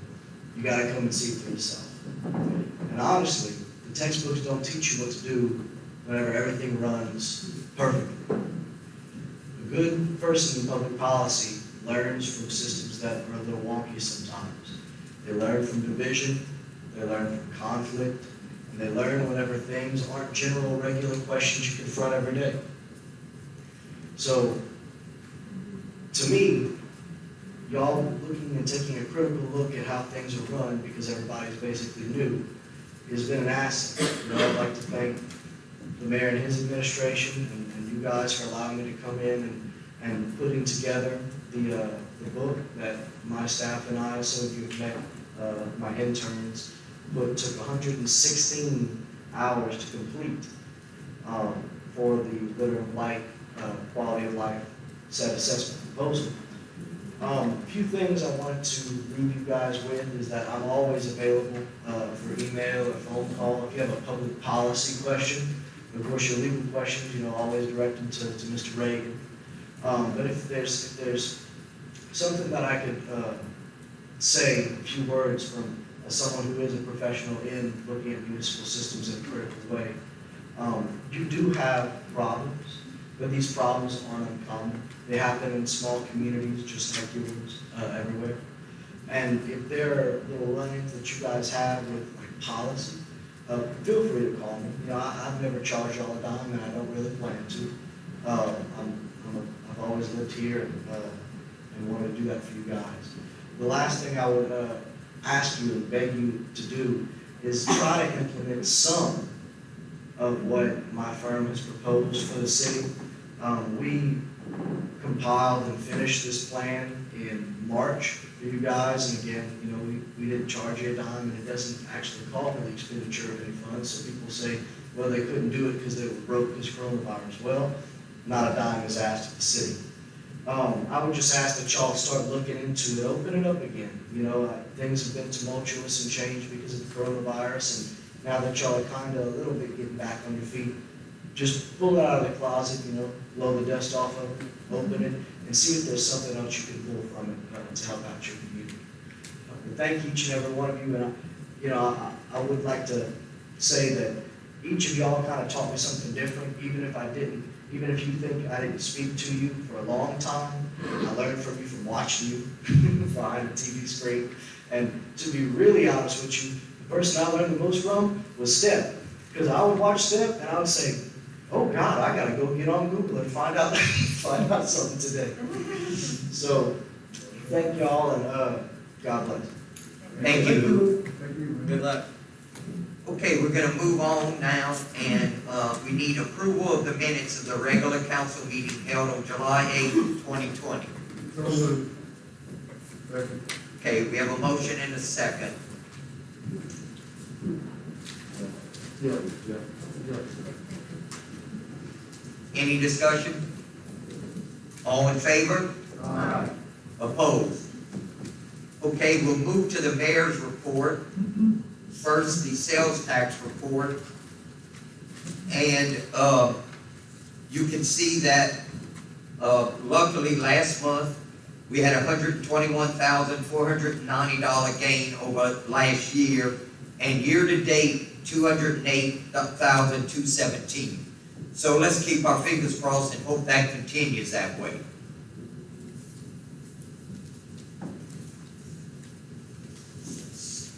Moving to the sewer user fees,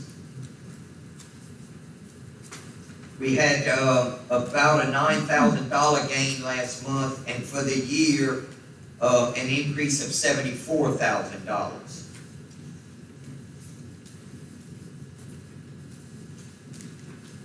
And then on the budget analysis, we should be at 83.33%, and as you can see, we're underneath all of those right now. So as we can tell, it's all good right now. Any questions? Yes, Ms. Martin? Before we get blown away with all this, where do we stand with the sewer fee? Because, we were getting all this year in, year out, and all of a sudden at the end of the year, we hit with almost $1 million behind or whatever the hell it was. So, right now, are the bonds satisfied with the sewer user fee? Steph, I would have to defer to Mr. Mader. I don't have that answer.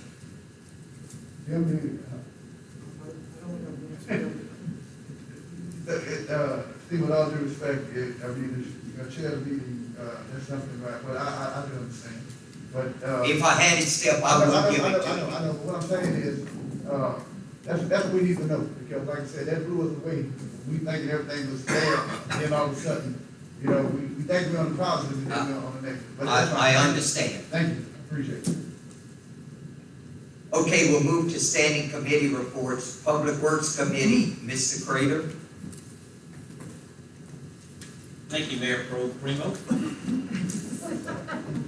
The Public Works Committee convened Wednesday, August the 5th, 2020 at 4 p.m. in the council chambers, and a quorum was present. Under action items, a motion was offered by myself and seconded by Alderman Vernon Martin to approve partial payment estimate number 2 to Southern Constructors Incorporated for the citywide drainage improvement project in the amount of $196,171.87. That motion carried, and I so move. Okay, we have a motion and a second. Any discussion? All in favor? Aye. Opposed? Motion carries. A motion was offered by Alderman Vernon Martin and seconded by Alderman Brad Ford to authorize Mader Engineering to prepare change order number 2 under the Southern Constructors Incorporated contract for the citywide drainage improvements project to extend its drainage improvements along the south side of First Street between the outfall ditch near Avenue N and the Acadia Council on Aging office. And that motion carried, and I so move. Okay, we have a motion and a second. Any discussion? All in favor? Aye. Opposed? Motion carries.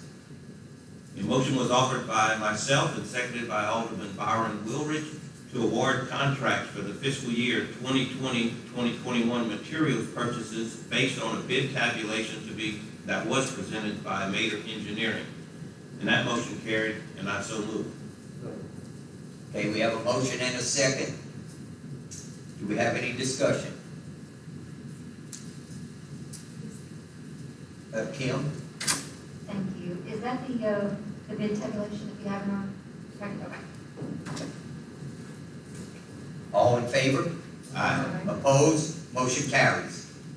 Okay, a motion was offered by Alderman Brad Cooper and seconded by Alderman Lyle Fogelman to award a contract for fiscal year 2020-2021 labor and equipment general construction work based on the bid tabulation presented by Mater Engineering. That motion carried, and I so move. We have a motion and a second. Any discussion? All in favor? Aye. Opposed? Motion carries. Okay, under non-action items, the Public Works Director, Mr. Albert John, presented the monthly Public Works report. He provided an update on a total of 20 tombs that need repair in the old Crowley Cemetery. Those tombs were marked for repairs, and if it is not possible to determine an owner or responsible party for repairing each tomb, the city will be responsible for the repairs. Chairman Clinton Prater read a letter from City Attorney which provided information on the old Crowley Cemetery and how tombs were repaired in the past and who was responsible for payment. And I will say this, that I went out there today, and I'd like to give kudos to Mr. Robert Fontenot, Mr. Leroy Dupuy, and Mr. Ricky Alamo. Those guys are doing a bang-up job out there. They've almost completed repairing all of the tombs. I think there's 3 left to be done, and they look fantastic. So kudos to those guys. Those guys are out in the heat, busting their butts, and really, really doing a good job. Okay, on another note, Street Commissioner, Mr. Gilbert Ozine, presented the monthly Street Commissioner's report. He noted his employees are expected to begin work on the tombs that needed repair in the old Crowley Cemetery this coming Monday, which I talked about. City Engineer, Mr. Tim Bader, presented the engineer's report and had 4 action items that were previously noted. There was no further business to come before the Public Works Committee, and that committee recessed. Thank you, Clint. Point of order, Mr. Chair. Yes, sir. Yes, sir, Mr. Moore. The 3 guys that you mentioned, are they city workers? Yes. Okay. I'm saying this right here because I want y'all to understand this. These guys, when they go on special duties like this, I think it's incumbent on this council to try and develop, not only for them, but whenever we have employees doing hazardous work, when you're dealing with those tombs, you don't know what's coming. Y'all understand what I'm saying? So I don't know if it's something that we need to look into the future, and I hope that we do. There's some things, just like the guys that work in wastewater. We know what they deal with on a day-to-day basis. Okay? So I'm just throwing this out right now. I think it's something that we need to look into in the very near future. That these guys are putting their life on the line. Remember, when they finish, they going home to their loved ones as well. Okay? I saw them working the other day, and I was saying to myself, God bless them, I hope everything, they were down in there doing what they were supposed to do. So I told them that I would bring it up just as a point of order today, and I'm hoping and praying that this council sees fit to pay people that put that go, quote unquote, that extra mile to make sure that the city is taken care of. I just ask that we look into that in the future. Thank you. Thank you, Stephen. Now we'll move to Utility Committee, Mr. Martin. Thank you, sir. Let's see, the Utility Committee convened Wednesday the 5th, 2:20 at 4 p.m. We had a quorum. There were no action items, but under non-action items, wastewater superintendent Tim Crato was absent, and I gave his verbal report. And at the time, everything was going well, and I appreciate him for allowing me to do that. The other one, City Engineer Tim Major presented the monthly engineering report. Mr. Major noted that the sewer users fee review committee had met once, and we will be meeting again, with our friend that has changed, the Tim. Second time on this. Okay, good enough. And let's see, 8 different proposed users fee structures were given to Lawco for, analysis. And that analysis will be presented in the meeting on tonight. The city clerk will receive the review committee's report and present it to the council on the September meeting, so that'll be next month. There'll be nothing further to come before this committee, we recess. Thank you, Steph. Recreation Committee, Mr. Crater, would you take that? Yes, sir. Be glad to. The Recreation Committee convened on Wednesday, August the 5th, 2020 at 4 p.m. in the council chambers, and the quorum was present. Under action items, there were none. Under non-action items, Peter Kirsch, Recreation Director, was absent. Chairman Stephen Primo presented the monthly Recreation Department report on the Director's behalf. City Engineer Tim Mader presented the monthly Engineer's report. He noted the Rice Festival Building renovations and repairs project goes out for bid on August the 20th, and a pre-bid conference is set or was set for August the 6th. He was asked by the council to provide them with the information regarding the plans for the renovations and repairs. Alderman Vernon Martin noted there will be a back-to-school supplies drive at the Martin Luther King Center on August the 14th. The NAUW is sponsoring the event, and the supplies are for middle and high school students only. There was no further business to come before the Recreation Committee, and the Recreation Committee recessed. Thank you, Clint. We'll move on to zoning and annexation. Mr. Fogelman. Thank you, Mayor. Zoning and Annexation Committee convened Wednesday, August the 5th, 2020 at 4 p.m. All members were present. Under action items, a motion was offered by myself and seconded by Alderman Sammy Reggie to accept the favorable recommendation of the City of Crowley Planning Commission in their letter dated July the 31st, 2020 to repeal and delete Appendix A, Section 3, subsection 1407, prohibited uses of the Gateway Overlay Ordinance. The motion carried, and I so move. Okay, we have a motion and a second. Any discussion? Are we gonna, we'll talk about everything in order. That's fine. Mr. Crater, you have something? Yeah, well, I just go on record, I guess, as saying that I don't believe in abolishing the prohibited uses as the answer. I think the mayor should have a citizens advisory committee to, comprise of business owners, property owners, garden club representatives, to come up with something that's more enforceable and workable than what we have now. I realize something needs to be done. It needs to be simple and much more understandable than what we have presently. But I am very much, I guess, concerned that abolishing the prohibited uses completely will open the door for no telling what in the interim. So that's just what I have. Thank you. Anyone else? Mr. Martin? Right, and I do understand your position, and I have similar positions, but what I'm thinking is this: if we start from scratch, we can basically, and I hope that you look in accord with this, as they come, if there's something to be tweaked, we can do it then. Because I think if we start from scratch, now we can put all the meat in the gumbo, but right now, there's water bottle, but they ain't got no meat in it. Okay? So I think if we start from scratch, that means everybody here would have a say. But when we done it, we didn't know what we was doing. I'm not gonna lie to you. I still don't know what we done, but we done it. Okay, we thought it was to make sure that people's rights were there, it wasn't their property, to do what they wanted to do, and to keep other people from coming in that's not desirable to the tenant, and make sure that the business are germane to one another.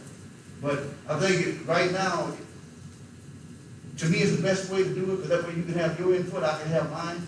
We give it to the chair call for the vote on it. And I think everybody just put their input in. Because I believe it can work. But it's just the idea, when we done it, loud change, we didn't know what the hell, excuse the language, we was doing. We just passed it because we thought it was a good idea, we had to get something done. So at least I did this, I didn't know what the hell I was doing. All right, thank you. Mr. Prater? So, yes, Sam, I agree with you 100%, but my concern is that in between the time that we do tweak it and we do something, and after we abolish it, that opens the door for a junkyard to go up there and do what they want to do. You know, I'm afraid that in the interim, before we actually get something, we will have nothing. Yeah, but as the far as- moratorium is there though, they can't bring nothing new in, is that what? Yes. It's not, I don't know, but Yeah, the only thing that's gonna stay is the part that talks about the trees and the greenery and the shrubbery and all this other stuff, that stays. But as far as for the prohibited uses, I think that's the thing that we're gonna be abolishing and getting rid of, all of them. So then we go back to what C3, rules and regulations, and those are pretty lax. So that's my concern. I agree 100% we need to do something. I agree 100% that it's not workable and it's not enforceable, but we need to get something in place before we abolish it. I think, that's my personal opinion. Let me say, if I may ask, we still have what we call the owner's bill of rights, where if they don't want it, they don't have to sign it. If they're contiguous to the property, that's still in place.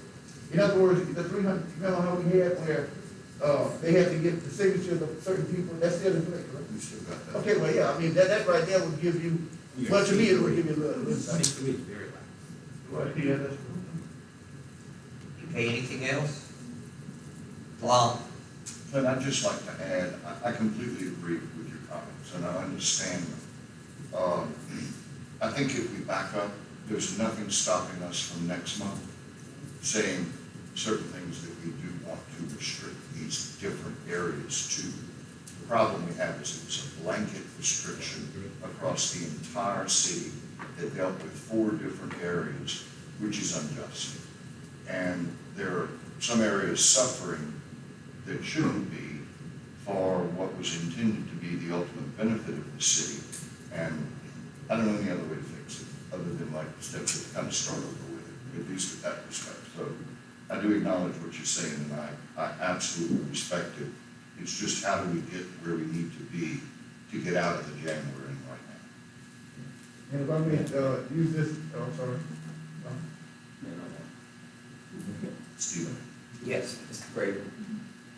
And I agree 100%, but I think that's where this advisory board would come in. It's not for us to sit here and decide. I think that was way too cumbersome. I mean, it would take many meetings to get past what we have now. It's ridiculous. So that's why I would like to see the mayor have an advisory committee of different people with vested interest in the area to come in and sit down and let's work together to come up with a workable, usable, and the first and foremost, enforceable plan. Because right now what we have is not enforceable. I don't expect anybody, Tony and his department, there's no way that anybody can enforce what's on the books right now. Agree 100%, has to be done. So that's just my thing. Hopefully the mayor's listening, and the mayor will come up with an advisory panel, a board of concerned citizens, because I've had phone calls from people that are volunteering and be glad to get on it and help to come up with something. So there's a lot of interest out there. We just need to get it going, and let's hopefully we can come up with a compromise and something that's workable. Ms. Martin? The only problem that I have with a committee, unless this legislative body gives that committee absolute power, it's like someone just coming together to put it, this is what we want. But the only body that has absolute power is us. We're the legislators of the city. So, and you know, sometimes I use the term with God bless everybody on the committee that oversees when the building and everything, okay? But I keep telling people, there are committees that form to give us advice, okay? But when it comes down to making the laws, that's our job. So I would have no problem in the world of having a committee, because basically, you hit it on the head, and Stephen, I have to go back to you with this, and Lyle was on it as well. I thought it was dealing with plants, that you couldn't put a certain plant.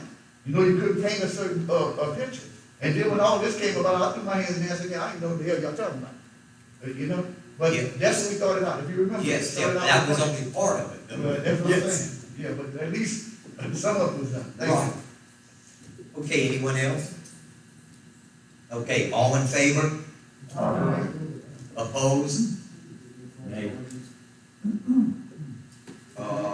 Okay, we've asked for a roll call, Madam Clerk.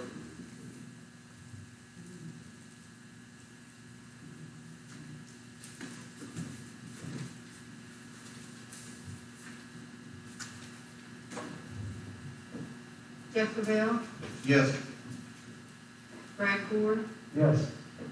Clint Prater, No. Bob Fogelman, Yes. Vernon Martin, Yes. Sammy Reggie, Yes. Kim Stringfellow, Yes. and Byron Lewis. Yes. 7 yeas, 1 no. Okay, it passes. Mr. Fogelman? Under action items, a motion was offered by myself and seconded by Alderman Vernon Martin to authorize a resolution to introduce an ordinance and schedule a public meeting on September the 9th, 2020, to amend the Gateway Overlay Ordinance by repealing and deleting Appendix A, Section 3, subsection 1407, prohibited uses. The motion carried, and I so move. And we have a motion and a second. Discussion. All in favor? Aye. You want roll call again, Madam Clerk?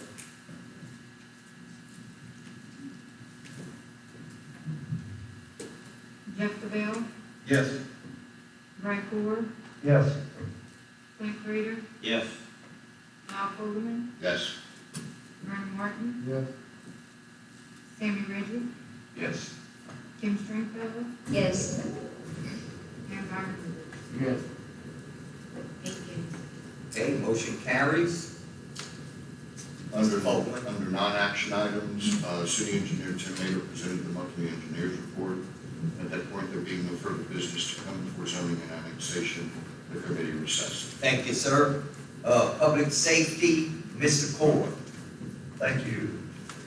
The Public Safety Committee convened Wednesday, August 5th, 2020, at 4 p.m. in the council chambers. The quorum was present. Under action items, a motion was offered by myself and seconded by Alderman Vernon Martin to issue a rule to show cause for condemnation of property belonging to Michael Stafford and Casey Como Stafford, described as lots 2 and 3 of the Savvy Broussard subdivision, having a municipal address of 1008 West 11th Street, Crowley, Louisiana. The motion carried, and I so move. We have a motion and a second. Discussion. All in favor? Opposed? Motion carries. A motion was offered by myself and seconded by Alderwoman Kim Stringfellow to adopt a resolution canceling and rescinding the rule and order of condemnation against the property belonging to Randy Hoffbauer, known and described as Lot 3 of Block 62 of the City of Crowley, bearing the municipal address of 416 North Avenue E, Crowley, Louisiana. During discussion, it was noted that the condemned, burned-out home has been demolished by the new property owner. The motion carried, and I so move. Okay, we have a motion and a second. Discussion. All in favor? Opposed? Motion carries.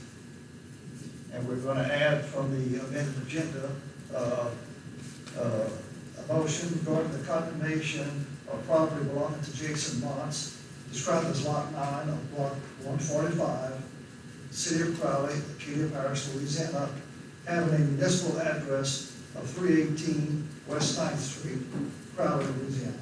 And I so move. Second. Okay, we have a motion and a second. Now discussion, and Mr. Wilridge, it is your time. I normally get some plan meetings, that really happened to me, so I could deal with it, but honestly, we made this problem. In November, when we first came aboard with the first property to be condemned, we gave them 1 month to do some work, then they had 6 months after that.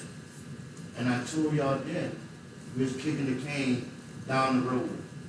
And 10 months later, we right at the same thing. I blame the mayor the city council, and the code enforcement officer.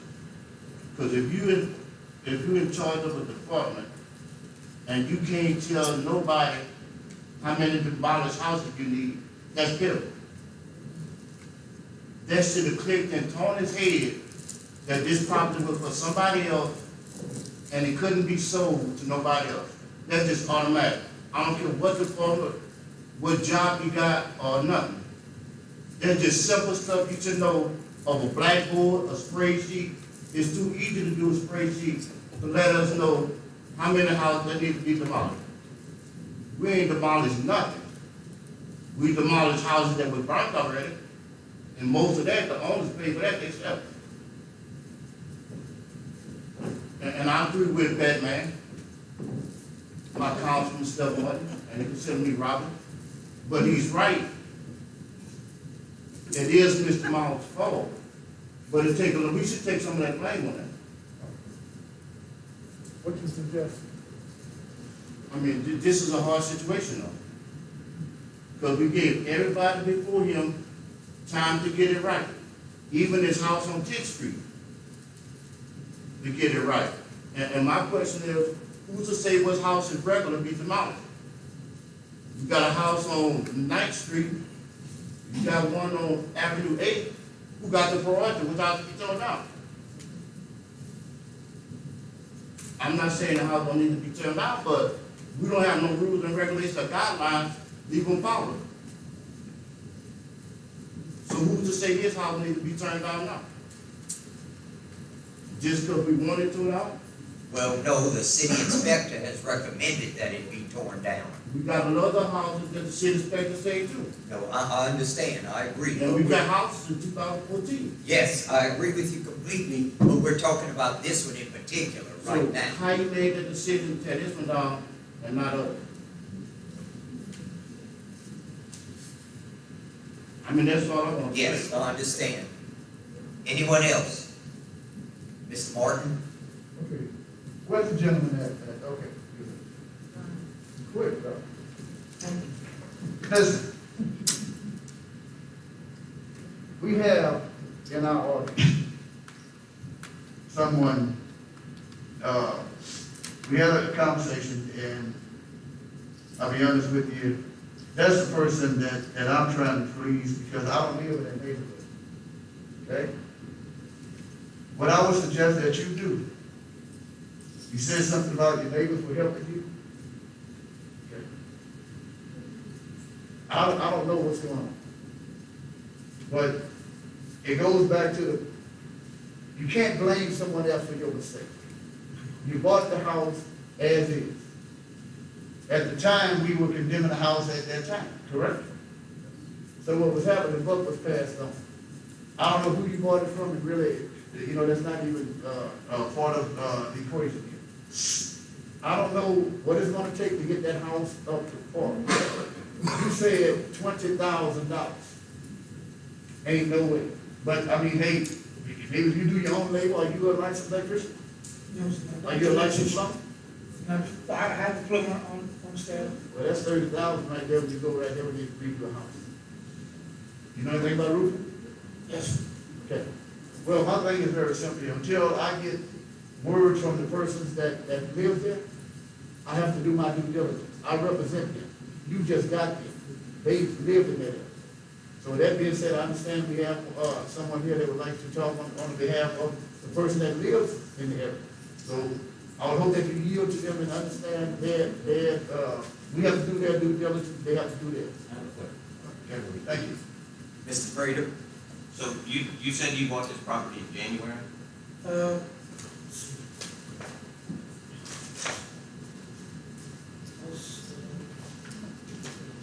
Then paid the sales, the property tax. No, I bought this one.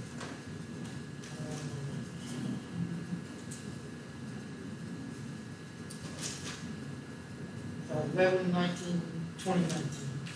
Is that your sale, sir? That's it. It's a donation.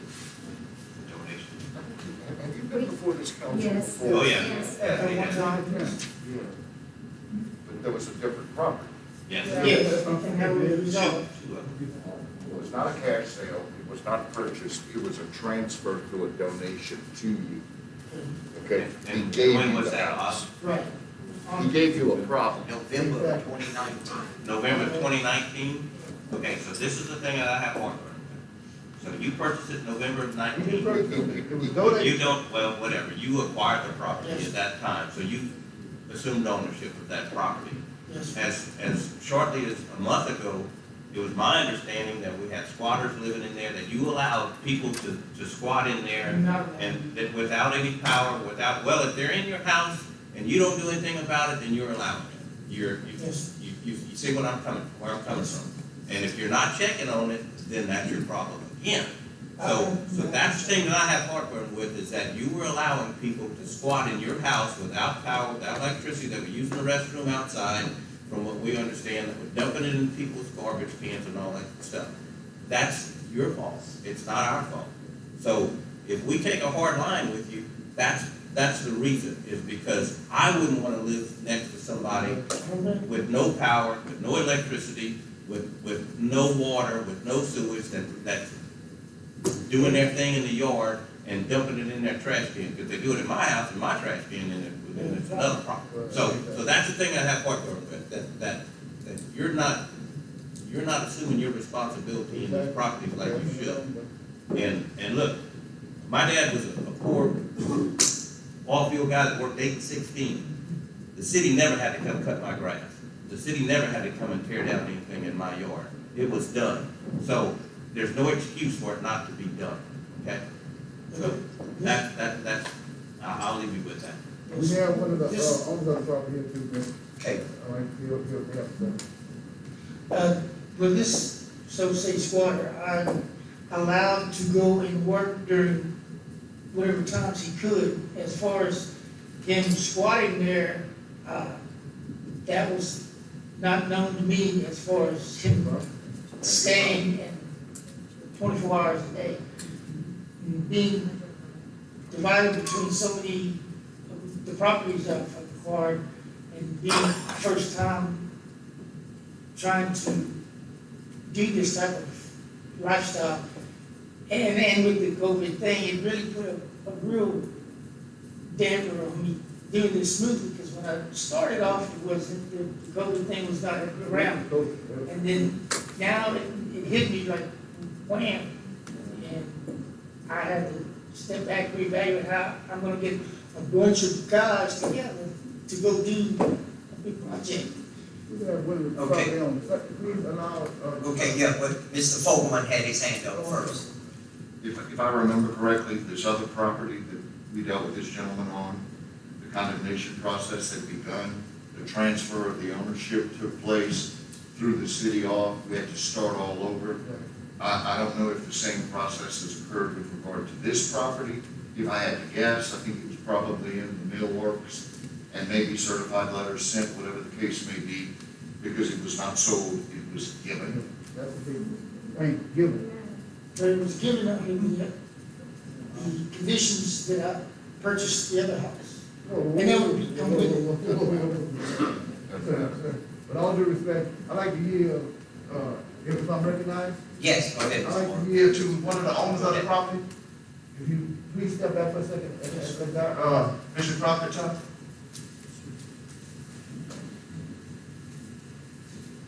Good evening, members of council. Bishop James Proctor. I'm a resident at 305 West 9th Street. We started this process back in December. The city inspector went out and inspected that property. Put a sign up for it to be condemned. Somebody came out and took the sign down. Who it was, I'm told it was the mayor. I don't know. I wasn't home, so I can't say who took it down. My point is this. Does he have a permit for working on that house? He's had a lot of time to get it. Nothing has been done in that area. We've not gotten any progress reports on anything. And I think that we're just going around the mulberry bush playing a game. Either we're going to tell him that the house has to be repaired and he can go through the proper channels, or it's condemned as of now. I think that it's unnecessary for citizens that have to go through these changes because someone donated a property that they wanted to get off of their hands, so they would not have to do it. And then they put it on the hands of someone who had no knowledge of the thing. And now we have to suffer the consequences of that exchange. It is unnecessary. And I think that something should be done about it. We had people over there, squatters, living in that house, having bowel movements, pulling water from the neighbor's house. That's unnecessary. We should not have to go through those changes to get something done about this matter. It should happen automatically when the charge is brought up here. Council members, I ask you, I plead with you to do the right thing in this matter. Would you want it to be in your neighborhood? Would you want it to be right across the street from your house? I would say no. We want you to do the right thing and get it from our house also. You ever say like a year back on time? Yes. You heard it. You heard it. And Lyle just discovered something. He didn't pay a dime for this. It was given to him to say, you know what? Take this, it's yours. Third, I'm going to make the motion that this house be condemned. Okay? Have you seen the pictures that I've Sir, I've seen the house. I don't need to see the pictures. I've seen the house. That's all new material. Well, you going to take the new material off of it while you're taking it down. Because if you don't take it down, we will. So you give the previous owners ample years. Sir, wait. Understand what's going on here. Wait, understand something here. I'm trying to do my best and appease the council. Okay, by getting, okay. getting. Let me ask you one question. It's my fault the world got sick.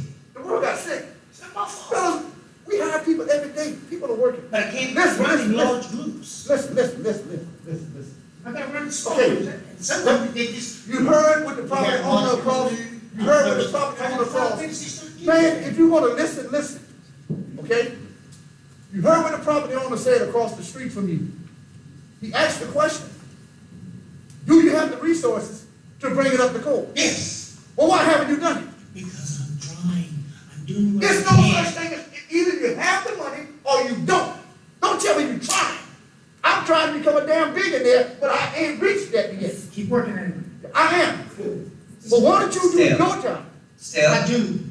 You know what? Steph, why don't we just move on and vote on this? I like that motion that we can do in the house.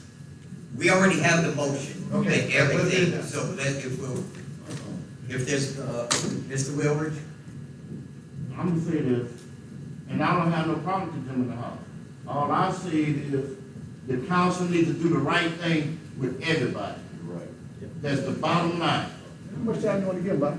So I'm not saying give him some time. That's what I'm asking. I'm saying, That's what he's asking he can for. condemn it, I don't care. Yeah, but he's asking for But time to get it fixed. If we're gonna be fair and honest, we need to be fair and honest with everybody that comes across this board. I agree, but he's asking for time. How much time are you recommending that we give him? Steph, no, we're not asking for time, so if y'all are ready, let's vote on this. All in favor? Aye. Opposed? Yeah. Motion carries. Mr. Court? Thank you. On the non-action items, Chief of Police, Chief Broussard, presented the monthly police department report. He reported 1,098 calls for service from July 1st through August 5th, 2020, and there were 39 TED citations during the same period. Chief Broussard provided an update on personnel, having hired 1 new patrolman and received the resignations of 3.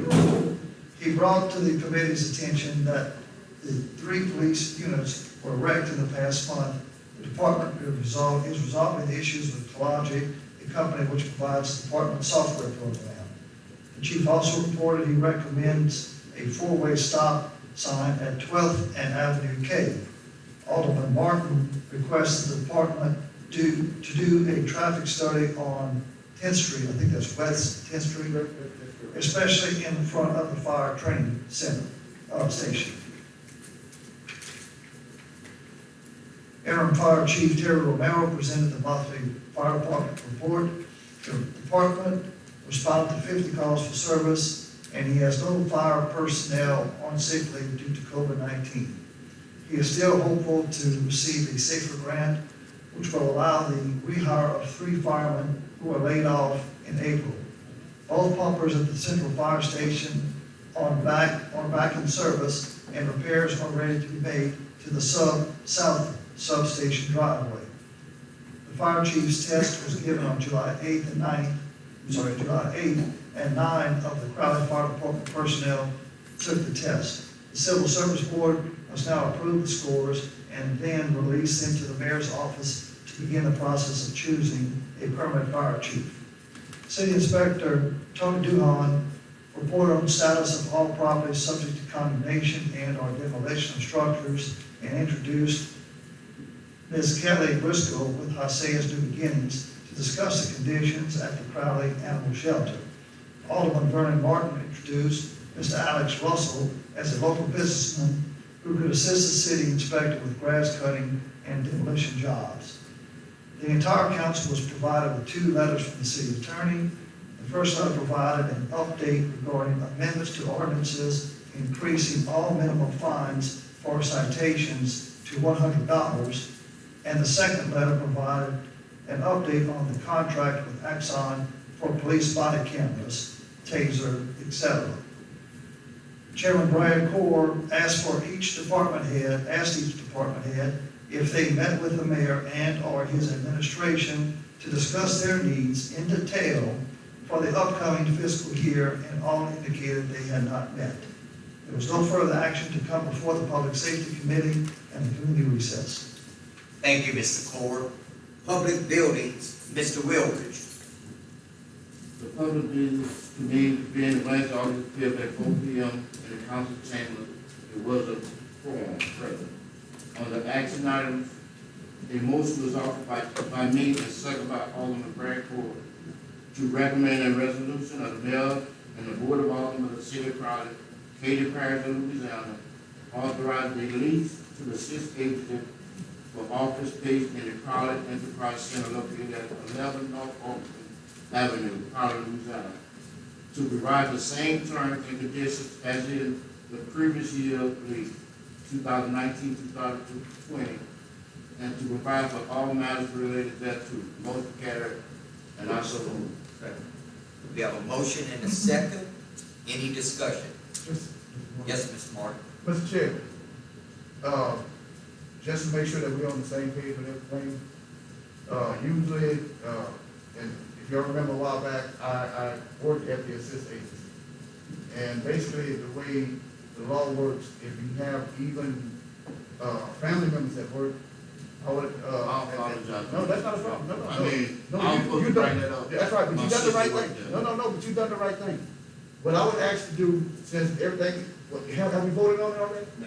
Oh, well, let's vote on it, and then you go ahead and just call for a roll call, and just recuse yourself. That's all I I need. didn't know if I had it to the secretary. That's fine, yeah, that's right. The reason, Mr. Chair, I retract my motion, being that I got family members. no, you can leave your motion as it is, but when you come down, you call for a roll call, and you just, abstain from voting. Yeah, that's all you need. But you already, I mean, you had chair, so you got a right to bring it up. Right. Okay, anybody else? Madam Clerk?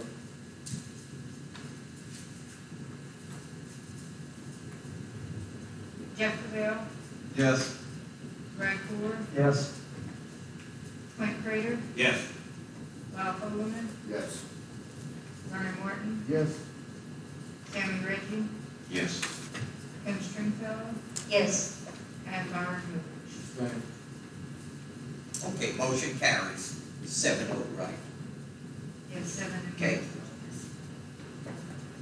Under action item, a motion was offered by me, second by Alderman Clint Prater, to co-sponsor with the organization One Crowley a career day at the Martin Luther King Center on Saturday, September the 12th, 2020, from 10 a.m. to 2 p.m. The motion carried, and I so move. We have a motion and a second discussion. Ms. Stringfellow? Thank you, Mayor Pro Tem. I would just ask that y'all do distance and wear masks and everything during that program, just to remind you what Dr. Erker was talking about. Yes, ma'am. Thank you. If I may. Just state your name, we know who you are. Rick Phillips, my chairman of One Crowley. If I may, indulge me for 1 minute, please. Thank you very much, Mayor Pro Tem. Thank you, City Council. I'd like to read this. A Crowley teenager died from injuries sustained during the early morning shooting on Tuesday. According to Police Chief Jimmy Broussard, officers responded shortly after 7 a.m. to calls of shots fired at the 1800 block of Harry Fusilier Street. Police discovered a 15-year-old male victim with multiple gunshot wounds. He later succumbed to his injuries. These are the children, the kids, the young adults that we're trying to reach with this career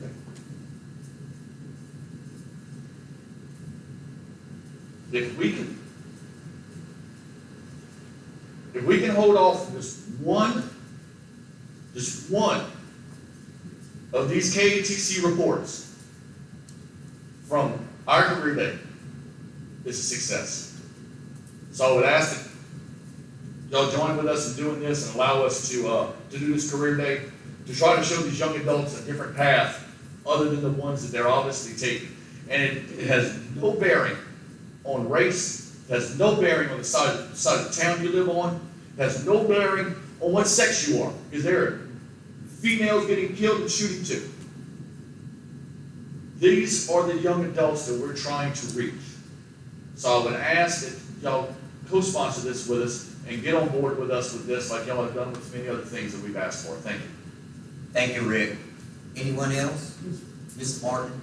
Rick, did you take into consideration what I said? Yes, and I did speak to John Ed, and we can't reserve, but if... Yes, wait, hold on, wait. Let me explain something. I'm sorry. When you have a co-sponsor by this body, you can reserve. Okay, well, then I'm going to have to get with John Ed about that. Right. Because... But what I'm asking is this. We use the term reserve. That means having officers out there.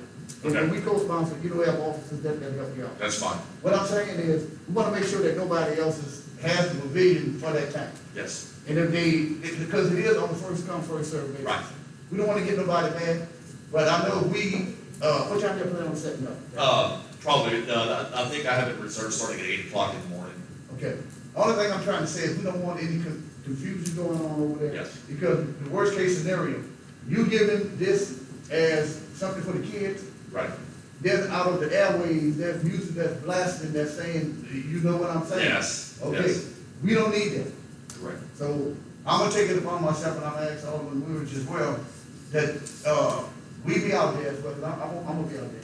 And I'm gonna ask whoever that's there to please know if someone's there, we won't allow any music. If you do, it'll be at an audible where only you can hear. And if we get to that point to where it is still phase 2 and there is a restriction on the attendance in the building, I will get with Chief Broussard before it and have him have an officer out there to monitor that pavilion until we can get there at 7:30, 8 o'clock. And if that is the case, we will be out there earlier just so we can start setting up. I have already talked with all the armed forces. They are on board with us with doing this, as well as 3 of the local community college / technical colleges. And I've gotten commitments from 3 or 4 businesses in town that's going to do this. So it looks like this is something that can be another success for Crowley and for One Crowley. Okay, thank you, Rick. Thank you. Anyone else? Okay, all in favor? Opposed? Motion carries. On non-action items, Alderman Bradford will begin discussion on offering city-owned property for sale that are not essential to service provided by the City of Crowley. He noted that city-owned property sometimes referred to as Old Cajun Bag Factory located on North Avenue C and West First Street was altered into last year to be a potential buyer. However, the buyer did not want to purchase the property at the appraisal value. Alderman Curry suggested for sale sign be placed on city-owned property that is available for sale. There being no further action before the Public Business Committee, we recess. Thank you, Mr. Wilbur. Insurance and Personnel, Ms. Stringfellow. Thank you. The Insurance and Personnel Committee convened Wednesday, August 5th in the council chambers. A quorum was present. There were no action items. Under non-action items, Louis Romero, Chairman of the Crowley Municipal Police and Firefighter Civil Service Board, was unable to attend. In his absence, I gave an update to the committee with his report stating that the fire chief's test was given and the results were being presented to the Civil Service Board at their meeting this morning. They were supposed to have a public hearing this morning, but that was postponed. Secondary to their attorney is being quarantined as a result of their office having had exposure to COVID-19. I also began a discussion on my suggestion for the enactment of an ordinance regarding time accounting for the City of Crowley, employees and employees of the City of Crowley Police Department. The city attorney provided his opinion on the time clock issue in a letter, and I read that aloud to the committee. The copy of the city attorney's letter was provided to each member of the council, and I just wanted to add, I wanted to thank Sarah and Julie for their insight in giving us a fuller picture regarding the time clocks. And I also wanted to just make a brief announcement. We're going to, this Saturday, we're going to celebrate the life and birthday of Charlotte Jeffers. We're going to have volunteers out in front of the Rice Theater, and we will allow people to come by with their masks and bring flowers, cards if they'd like, in front of the Rice Theater, and we just want to flood the Rice Theater with love for Charlotte. And having no other items come before the Insurance and Personnel Committee, at recess. Thank you, Ms. Stringfellow. One more. Yes, Mr. Martin. I thought you were gonna, we had discussed, I guess you forgot about it. I did, I'm sorry. That's okay. If I may, can we remain in? Yes, Okay. yes. I'll On behalf of Miss Charlotte, and everybody know how I feel about Miss Charlotte, everybody, it is what it is. As y'all know, in case you don't know, we doing a food distribution this weekend at Love of Christ Church. And I spoke to the pastor, and I asked one question. Would you allow me to give the food and milk or whatever way in the name of Miss Charlotte Jeffers? So with that being said, I have the permission, and I just want to make it clear to the council that this coming Saturday, we're gonna kick off at about 8 in the morning. What I'm hoping is that after everybody leaves yours, that they make it a date and come on out there and help us with this. Because we're gonna put that day, we're gonna call it Miss Charlotte Jeffers Day. And everyone that picks up the food will have this, they will be told at that time that we are honoring one of our employees that passed away. And I'm just hoping that everything is free. And I'm cooking, so if you're hungry, you can eat. You might. I don't know what's going on. What's going on and on. So I just want to let everybody know that this is something that, and if anybody is fitting of this, Charlotte is. So I just hope everybody, once they leave, because I'm gonna try and get it there, you know, we take care of 2 at one time. But as they leave from the Rice Theater, that we'd hope that everybody would watch, but they with everything like it is. Would welcome come out and help us with the food. We would appreciate it. Thank you. And also at 6 o'clock, we forgot to stay with the NAUW. It starts at 6 o'clock, right, Mr. Speaker? It was mentioned, but it didn't give the time. It's gonna be at the pavilion at the MLK Center, not inside. And wear your mask and take care of yourself. Thank you. Thank you. That concludes your report, Ms. Strickland. Thank you. Community and Economic Development, Mr. Reggie. Thank you. The Community and Economic Development Committee convened Wednesday, August 5th, 2020 at 4 p.m. in the council chambers. A quorum was present. Under action items, there were none. Under non-action items, I introduced Ms. Jill Habits and Mr. L.J. Gielan of Crowley Main Street, who requested the city support Crowley Main Street with a line item in the new budget. Crowley Main Street is currently a 501c3 organization, and the board would like to hire a Main Street manager. Mr. Gielan requested $60,000. Mayor Pro Tem Stephen Primo requested that the city of Main Street provide the council with a financial statement, and there was no further business to come before Community and Economic Development Committee, and the committee recessed. Thank you, Mr. Reggie. Revenue and Finance Committee, Mr. Cavell. Thank you, Mr. Primo. Revenue and Finance Committee convened on Wednesday, August 5th, 2020, at 4 p.m. in the council chambers. A quorum was present. Under action items, a motion was offered by Chairman Jeff Cavell and seconded by Alderman at Large Stephen Primo to authorize a resolution of the Mayor and Board of Aldermen of the City of Crowley, Acadia Parish, Louisiana, fixing the date of Tuesday, August 25th, 2020 at 6 p.m. for a public hearing to be held to consider the adoption of the annual budget for fiscal year 2020-2021 and authorize publication of notice of public hearing and availability of the proposed annual budget for fiscal year 2020-2021. Motion carried, and I so move.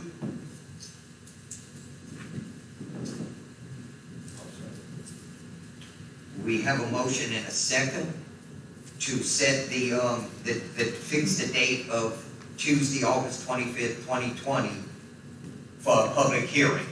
Any discussion? Call for a roll call on that, please. Sure. So we have discussion. Discussion. Yes. As we know, the mayor was unable to meet with department heads due to his illness. His administrative staff hasn't met with department heads, and the city's CPA hasn't been involved with this budget. Further, there are significant changes that need to be addressed in the upcoming budget, such as requests for new fire trucks and major changes at the recreation department regarding upcoming tournaments, the turfing of the fields, and lighting, with the $5 million expenditure there. For these reasons, I feel we should allow sufficient time for the mayor to recover from his illness so he can meet with his department heads and work with our CPA to prepare a realistic budget to present to the public. I realize the deadline is September the 1st. However, the city can continue to operate on last year's budget numbers for several months, if required, to get a proper and realistic budget in place. Thank you. Point of order, please. Yes, Mr. Martin. I'm sorry, but the city will not be able to do the full budget. They have to go on 50% of last year's budget, which is, believe you me, is plenty. It can't go 100%, it has to be 50%. Yes, 50% of last year. Anyone else? Okay. We will have a roll call vote. Now, remember, this is only to call for the public hearing, and they do have to advertise, what is it, 10 days, Aaron? 10 days before. That's the reason we having to call it now to be able to have it on the 25th. It has to be advertised in the paper. So, yes, Mr. Fulton. I'll just leave it on and then turn it on. I'm kind of sensing a little, I don't know what, okay?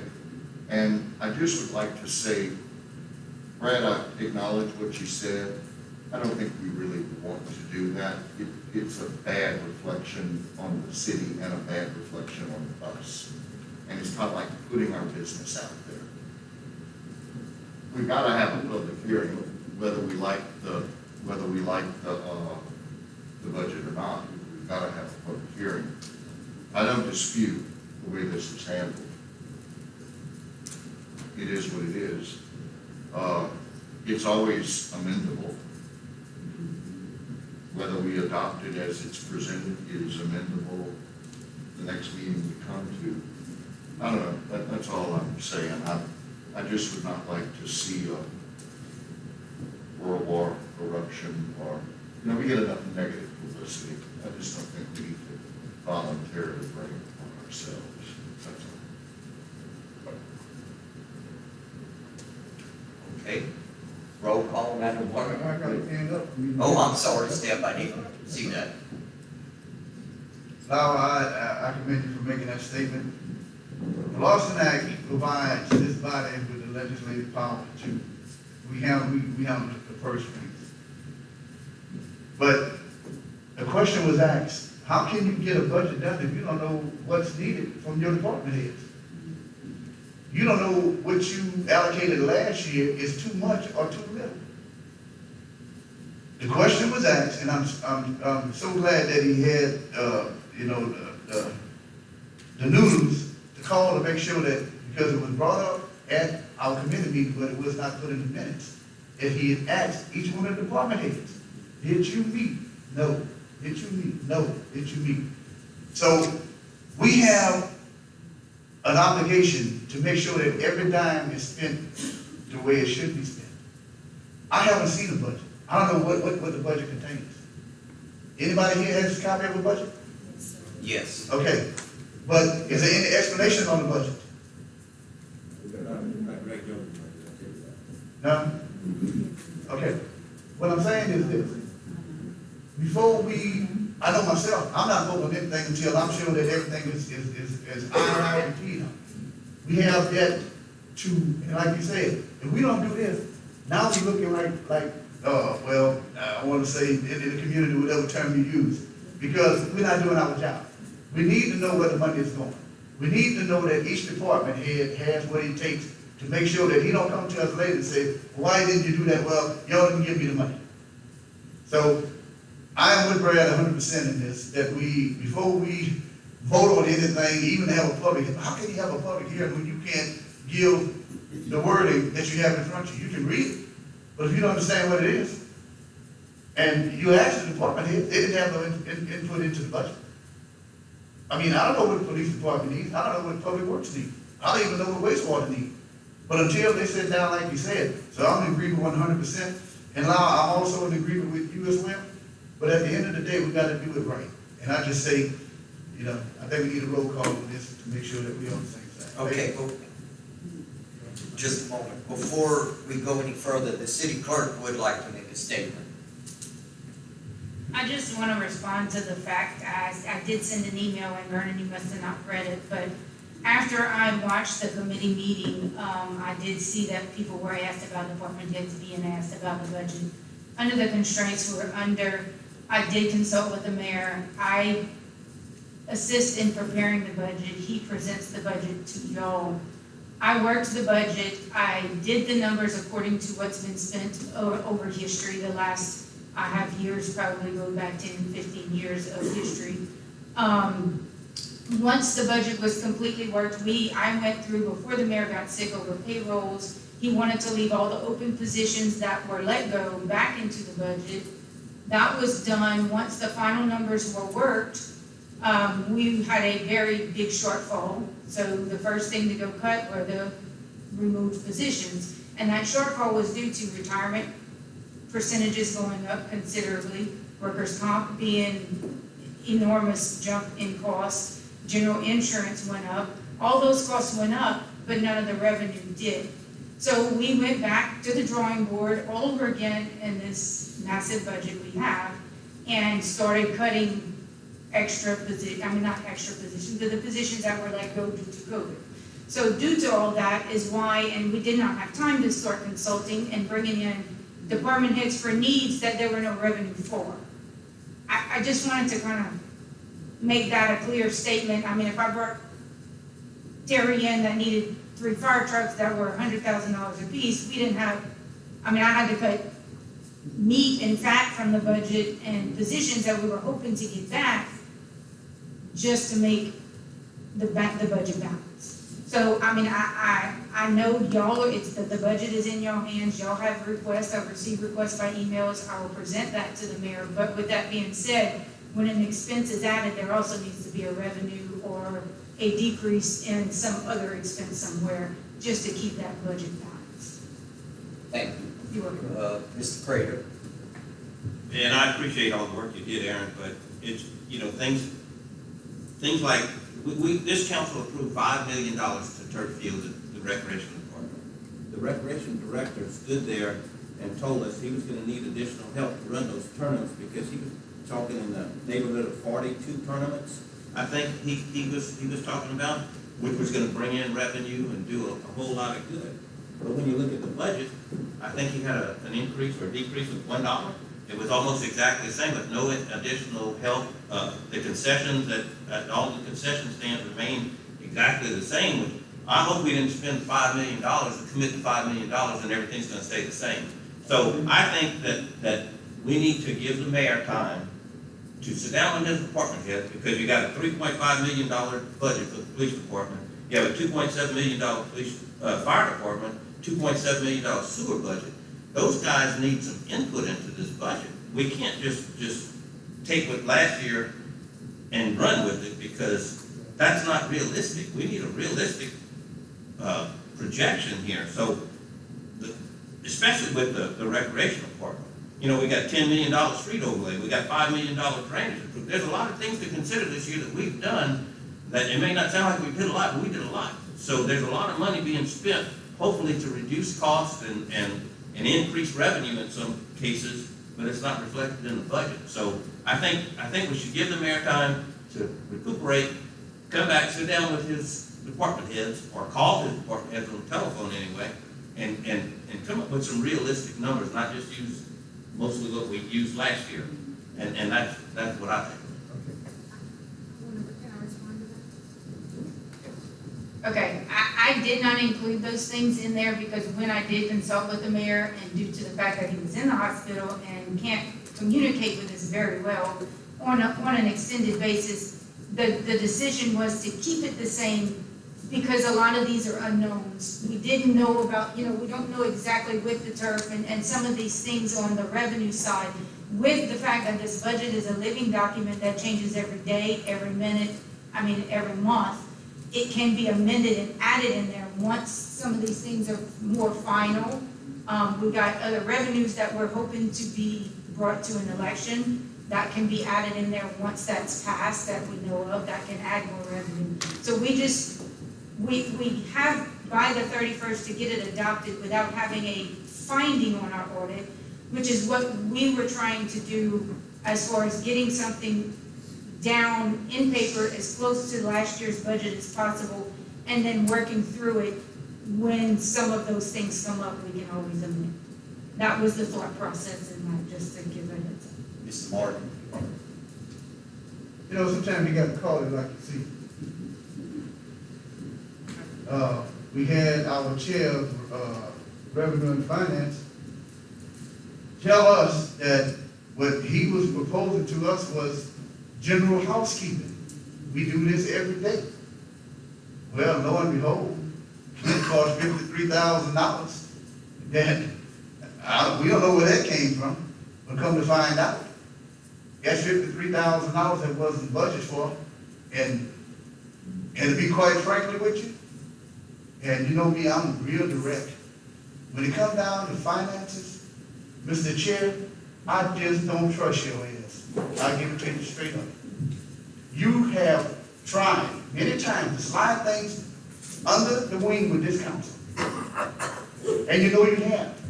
So before you present something to me, I'm going to read it upside down, round the corner, and I'm going to ask questions every time there's a penny that I don't understand.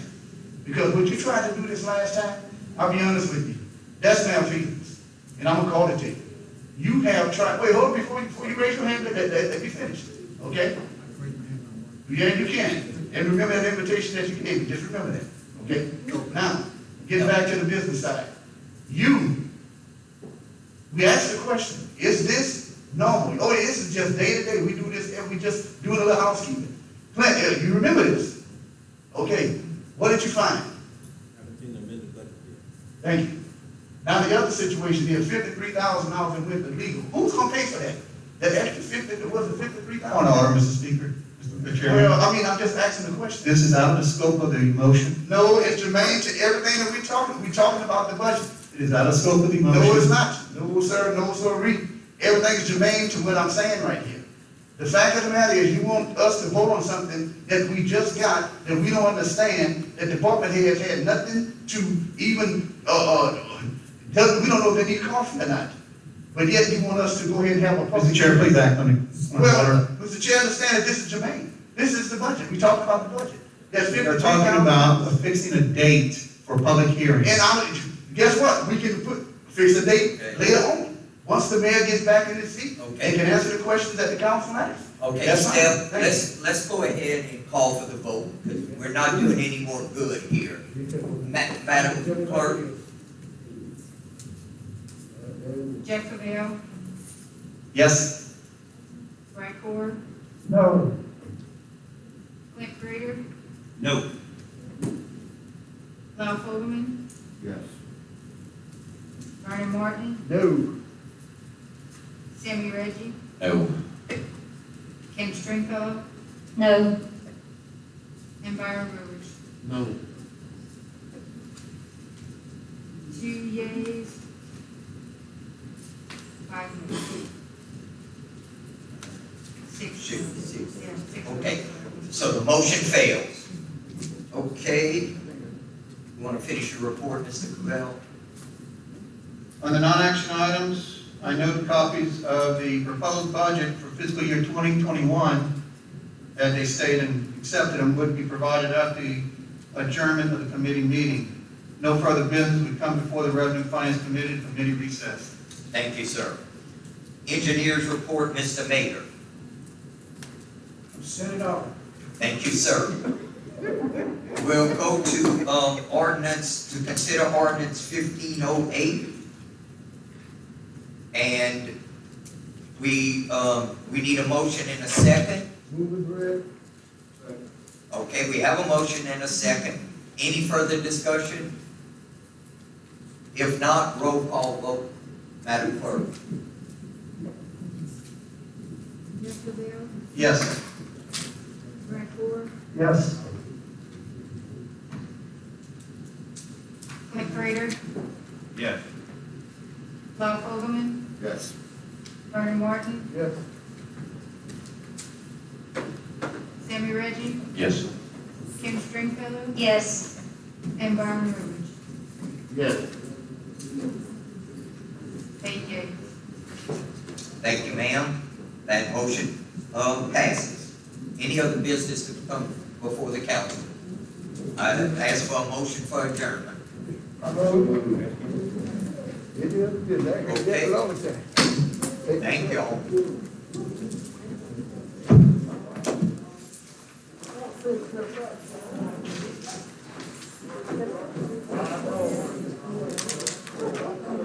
Hey, this is very small, but whenever I went to the farmer's market over the weekend, there were ants all over the grass. And so maybe we need some poison at the building that they're having the farmer's market. And there was places that had ants all over. Okay, yeah. Okay. Yeah, there was. I mean, yeah.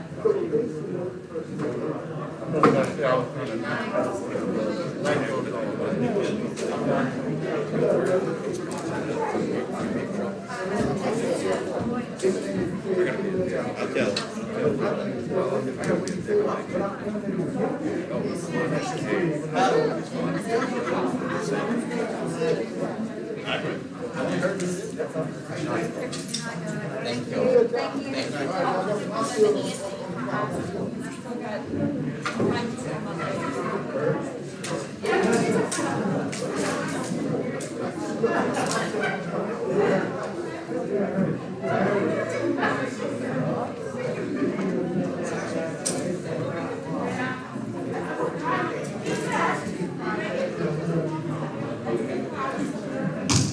you. Okay.